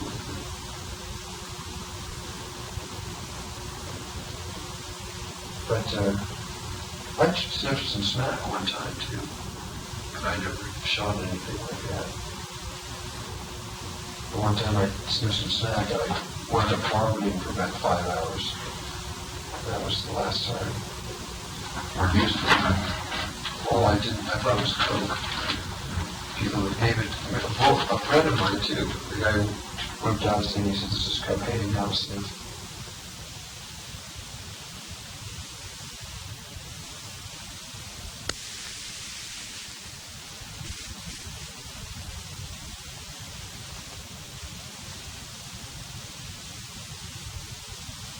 THC, though, it wouldn't be bad. Or if it were the synthetic marijuana, wouldn't it be exciting to some extent? Not really. Marijuana really isn't the excitement. Marijuana's a downer. But isn't the ultimate effect somewhat of a heightened... Well, it depends on if you smoke really good grass, and that's the truth of the matter. If you smoke the best grass, you get a flash that's high, an upper type of thing. Your best grass is not out of Mexico. Yes, it is. The best grass is out of it. It's manicured. grown. Manicured is also grown at a certain height. Like over 6,000 feet, because when the cold air hits it or whatever, it blooms and has pollen on it. And they cut it off individually. They don't just chop it down and put it in kilos. It comes in bags. What's a kilo sell for? You ever had it? Sure. A kilo of that grass sells for anywhere from $300 to $500 it always has. But that's good stuff. The best. I don't know, I guess.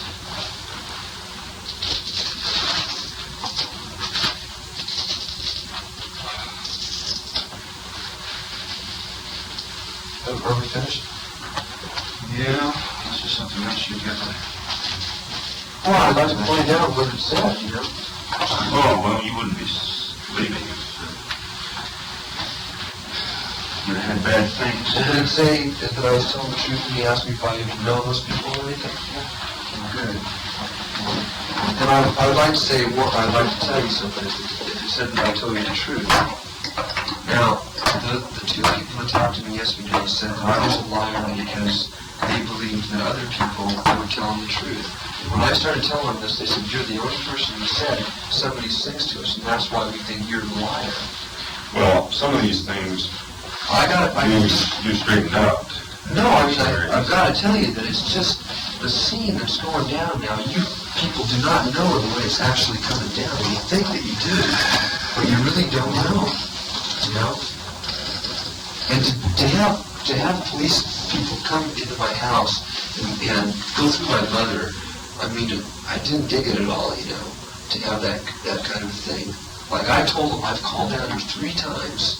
They didn't believe that either. They wouldn't believe me, but I've called down here and tried to tell someone. Yes, no, Cass told me that that they wanted to talk to me, and so she fell for me, and I called right up here. I called here, and they said the only way I'd get a hold of Sergeant Buckles or Lieutenant Heller, and I wouldn't have remembered those two guys' names unless I would have called them. Sergeant Buckles and Lieutenant Heller, because I'd have to call at 8 o'clock in the morning, between 8 and 9. And they wouldn't believe that either. I mean, they told my mother that they were going to hold me for murder. And you don't know what this did to my parents. I mean, it's totally blown the scene between my parents and me now. Whatever was bum trip before is 10 times more. I mean, my mother thinks that I had something to do with it, And when they told me that we were going to arrest him for suspicion of murder, I mean, you don't know what came down for a family when they hear that. It's a pretty heavy thing. Yeah, that's I'm just telling you that because I just didn't dig the way it came down. I know that I can't do anything about it, but do you have pictures in there of the murder? Yeah. You show them to me? No. Wouldn't prove anything, it wouldn't make it. No, I guess it wouldn't. It wouldn't make you feel any better. The next trip you were on, you fly in here to confess and then have to go through the shit all over again. I've heard a lot of people have said that have confessed. All right. A lot of people claim they've done it. And you gotta tell these guys this too. I told them last night, and they don't seem to believe me, that baby, Sharon's baby, Jay's. I don't care what anybody says, that the baby that Sharon's going to have is Jay's. You don't know these people. How the hell can you know that? Because in fact, the reason why I know is because Cass and are very, very good friends, and this is something that I don't even think Cass told him, that I rap with Cass about. Also Benny, very good friends with him. And to me personally, I know a lot of men that would kill if they found out that their wives were that the baby belonged to somebody else. And I can't see where you guys are going if you can't even see that fact, if that's a true fact. I mean, I'm not trying to butt in or anything like that. It's kind of beyond me.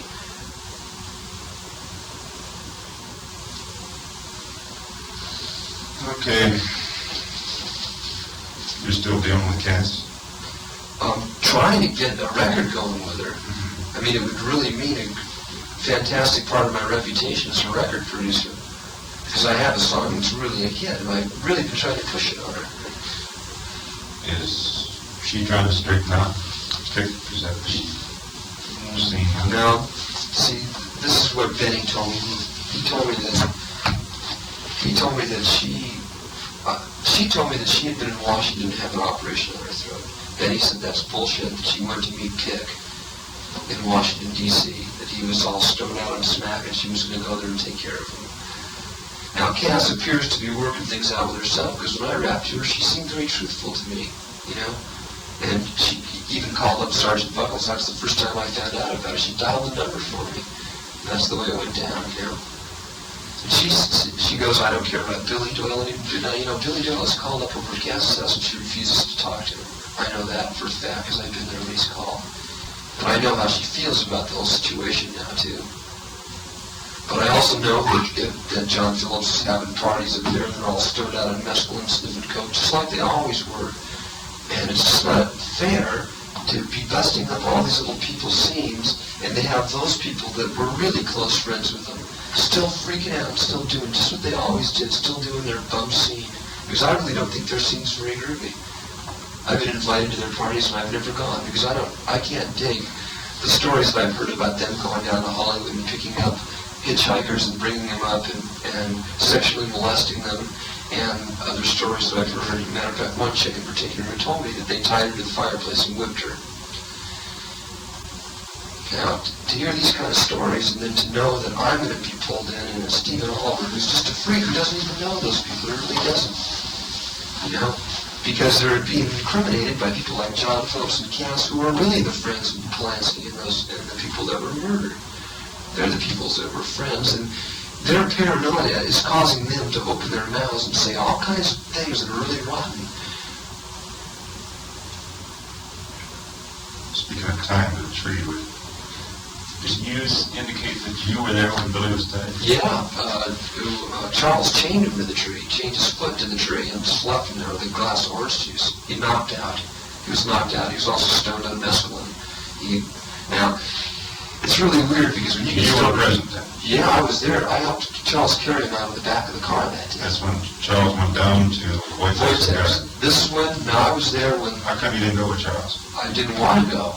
Also, Charles didn't want me to come, too, as I remember correctly, because Wojtek called up and Charles told me, this is what he said. So that was Wojtek on the phone. He said, you tell somebody to come over and pick up this crazy bastard Billy right now. You said you didn't know Wojtek. Now he's talking to you as if you know. No, not Wojtek. I'm talking about Charles. Yeah, Wojtek told Charles on the telephone. Do you know what I mean? Yeah. And then after Charles hung up, I said, "Well, was I meet Wojtek?" No, I've never met him before. I've never met any of those. You just heard him say usually. Well, no. I asked Charles. He says that. Charles says to me, says that fucking Billy Rinehart. I said, what's wrong? He said, well, he's over at Wojtek's house. I've heard Wojtek's name mentioned, but I never did meet him, or I never knew him. So he's over at Wojtek's house, and Wojtek says that he has a gun on him, and he's told me to come over here and get this crazy bastard out of here before he finished him off himself. And I said, well, do you want me to come with you? And Charles said, no, be better not. He says, I'm going to bring him back here, and he's going to get the tree, because he'd been talking about it. He says, next time, Billy, you start to freak out, I'm chaining you to the tree, and you're not going to get any drugs for as long as it takes for you to come down. Now, he went over there, and when he brought Billy back, Billy's face was all cut up. He was knocked out cold. I helped him carry him out of the back of the car, and he chained him to the tree. Billy says that Wojtek hit him with the gun, and he beat him up with the gun, and he pistol whipped him. Wojtek says no, according to Charles.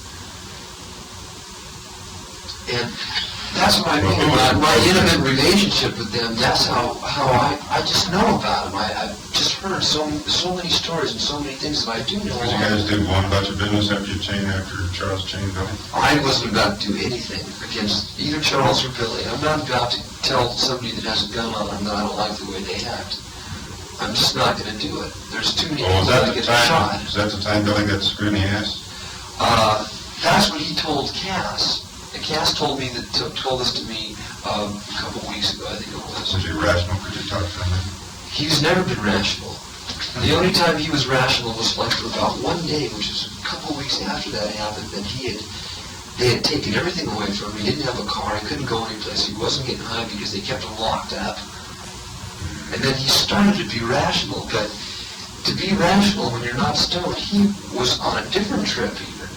That brought out a different thing inside of him. He was being rational by saying he's going to get himself together, but he was actually lying to himself, and you can't really call that being rational. You know what I mean? No, I'm afraid I don't. Do you understand what I mean when I say that? I dig that drug scene. If you're out of this stuff, you mean you're still on it?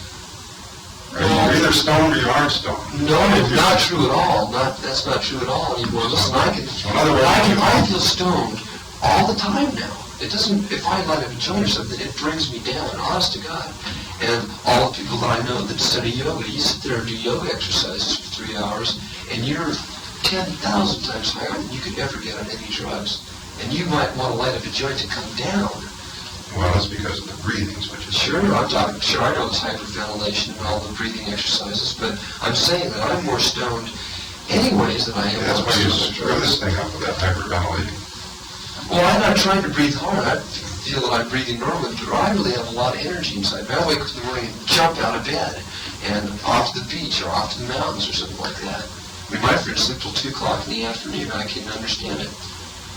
I play tennis and golf and all these things, and even though you're stoned?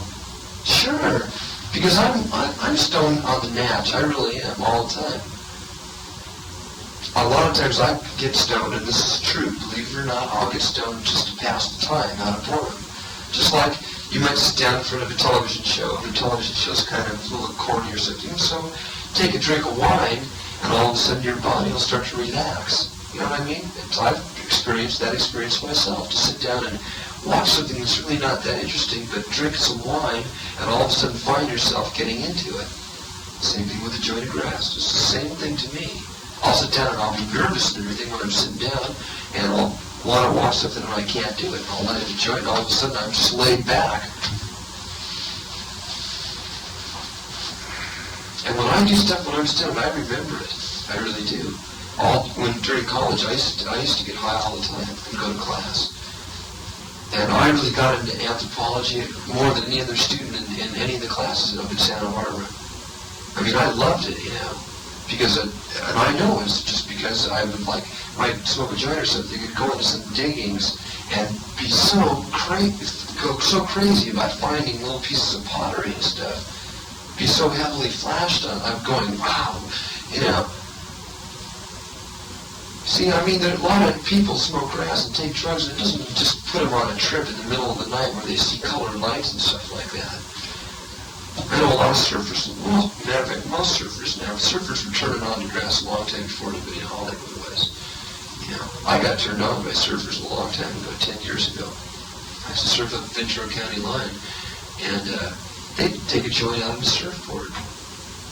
And, they were turned on a long time before these people. Must be a little tough to keep that thing lit.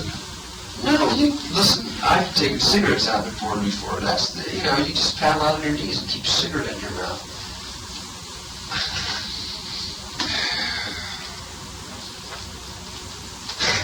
I know, it must be really hard what I'm saying to you to even be able to accept any of it at all. Well, it's getting easier. I keep talking to you diggies on this goddamn narcotics, so I'll be able to understand it, I guess. Well, I don't really consider myself in the same place as Billy Doyle or Pick. That's not where I'm at all. Those people don't even go out in the light of day anymore. They really don't. They've gone beyond the point of being able to go to the mountains and light up a joint and going, wow, Mother Nature is too much. That's not where they're at anymore. They've passed that stage. They've gotten to the stage where when you become a dealer, I've heard that Billy Doyle was also a mercenary soldier. Charles told me that, so did Billy. And according to Charles, Billy's killed many, many people as a mercenary soldier. If that's true, I don't know. But for somebody like that, I can see the point. He's a cocaine dealer, he's got people that are saying they're going to kill him unless he pays his money. He's got to tell other people he's going to kill them unless they pay him his money. Well, I can see how somebody's head could go in the total wrong direction. I mean, he's he's in a bad place. He's not incompetent, I don't think, either.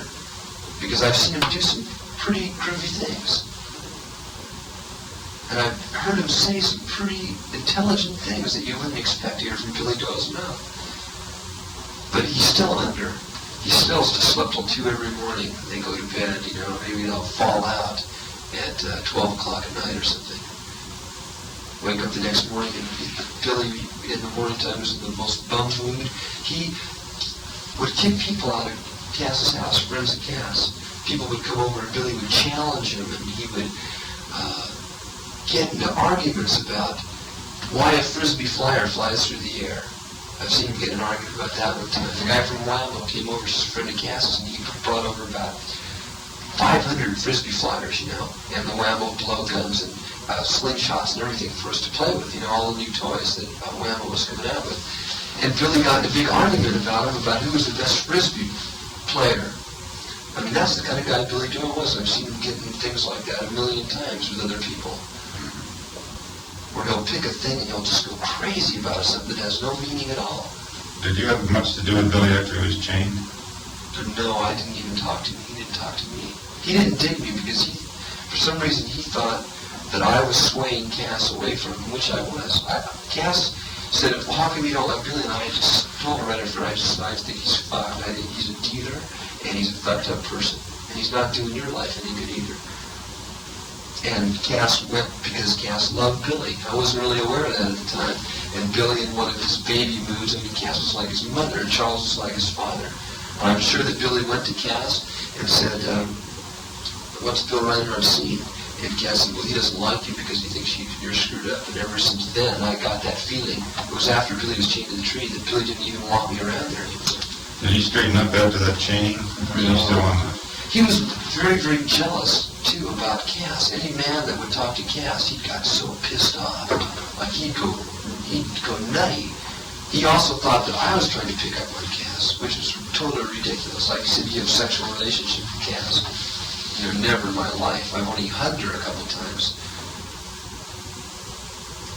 But obviously Cass was in love with him because he turned Cass against a lot of Cass's old friends who cannot handle Cass anymore, who won't even go up there and visit her.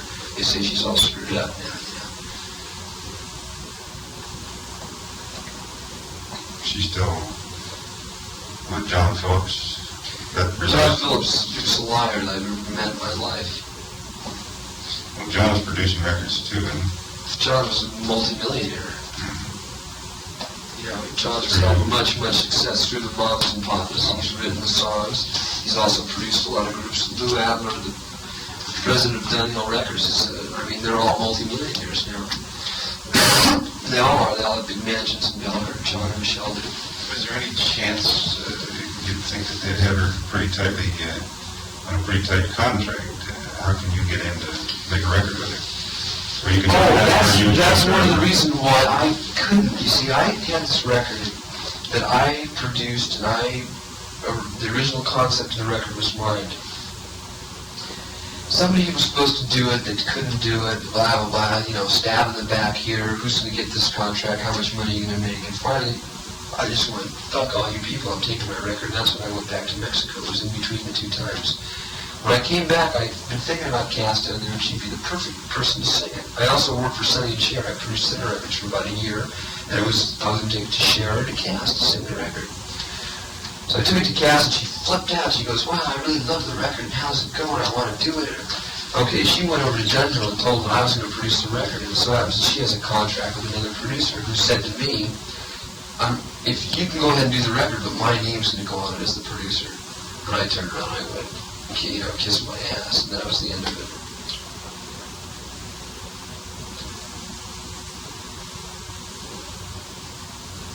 But Cass is broke off her butt. She owes $300,000 from what I understand, in debts. She's still got to Washington to straighten out Dawson, who's down on his ass. Dawson is stoned on smack, that's what I heard. He was driving a truck up in New York, in Woodstock someplace, in upstate New York. Yeah. Just recently. That was during the time of the murder, supposedly. This is what Charles told me. When I first opened the paper, and then it was the next day, and I see these names, Charles Tackle and Billy Doyle, I knew right away it was going to come down. I mean, really, everybody did.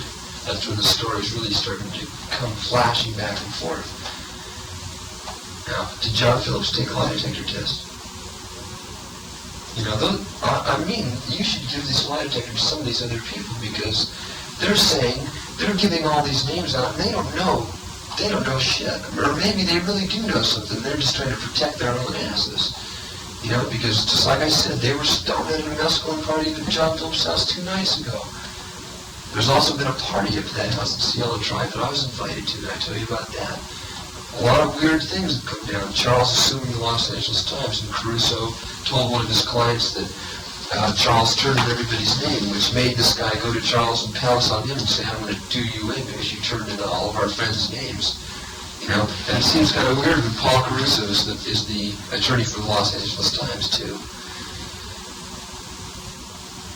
And John Phillips and Michelle know a hell of a lot. John Phillips was a close friend of Roman Polanski's. Close. Super close. And we sat down and discussed it one night, and we figured that the only thing that could have really happened, from the people that know these people, is that Roman hired somebody. And people have told me that they know that he made some phone calls while he was there to Spain. I don't know if that has anything to do with Spanish people, like you said. Maybe that might have a connection. Every time I think about one of the things that somebody said, it all comes kind of together a little bit,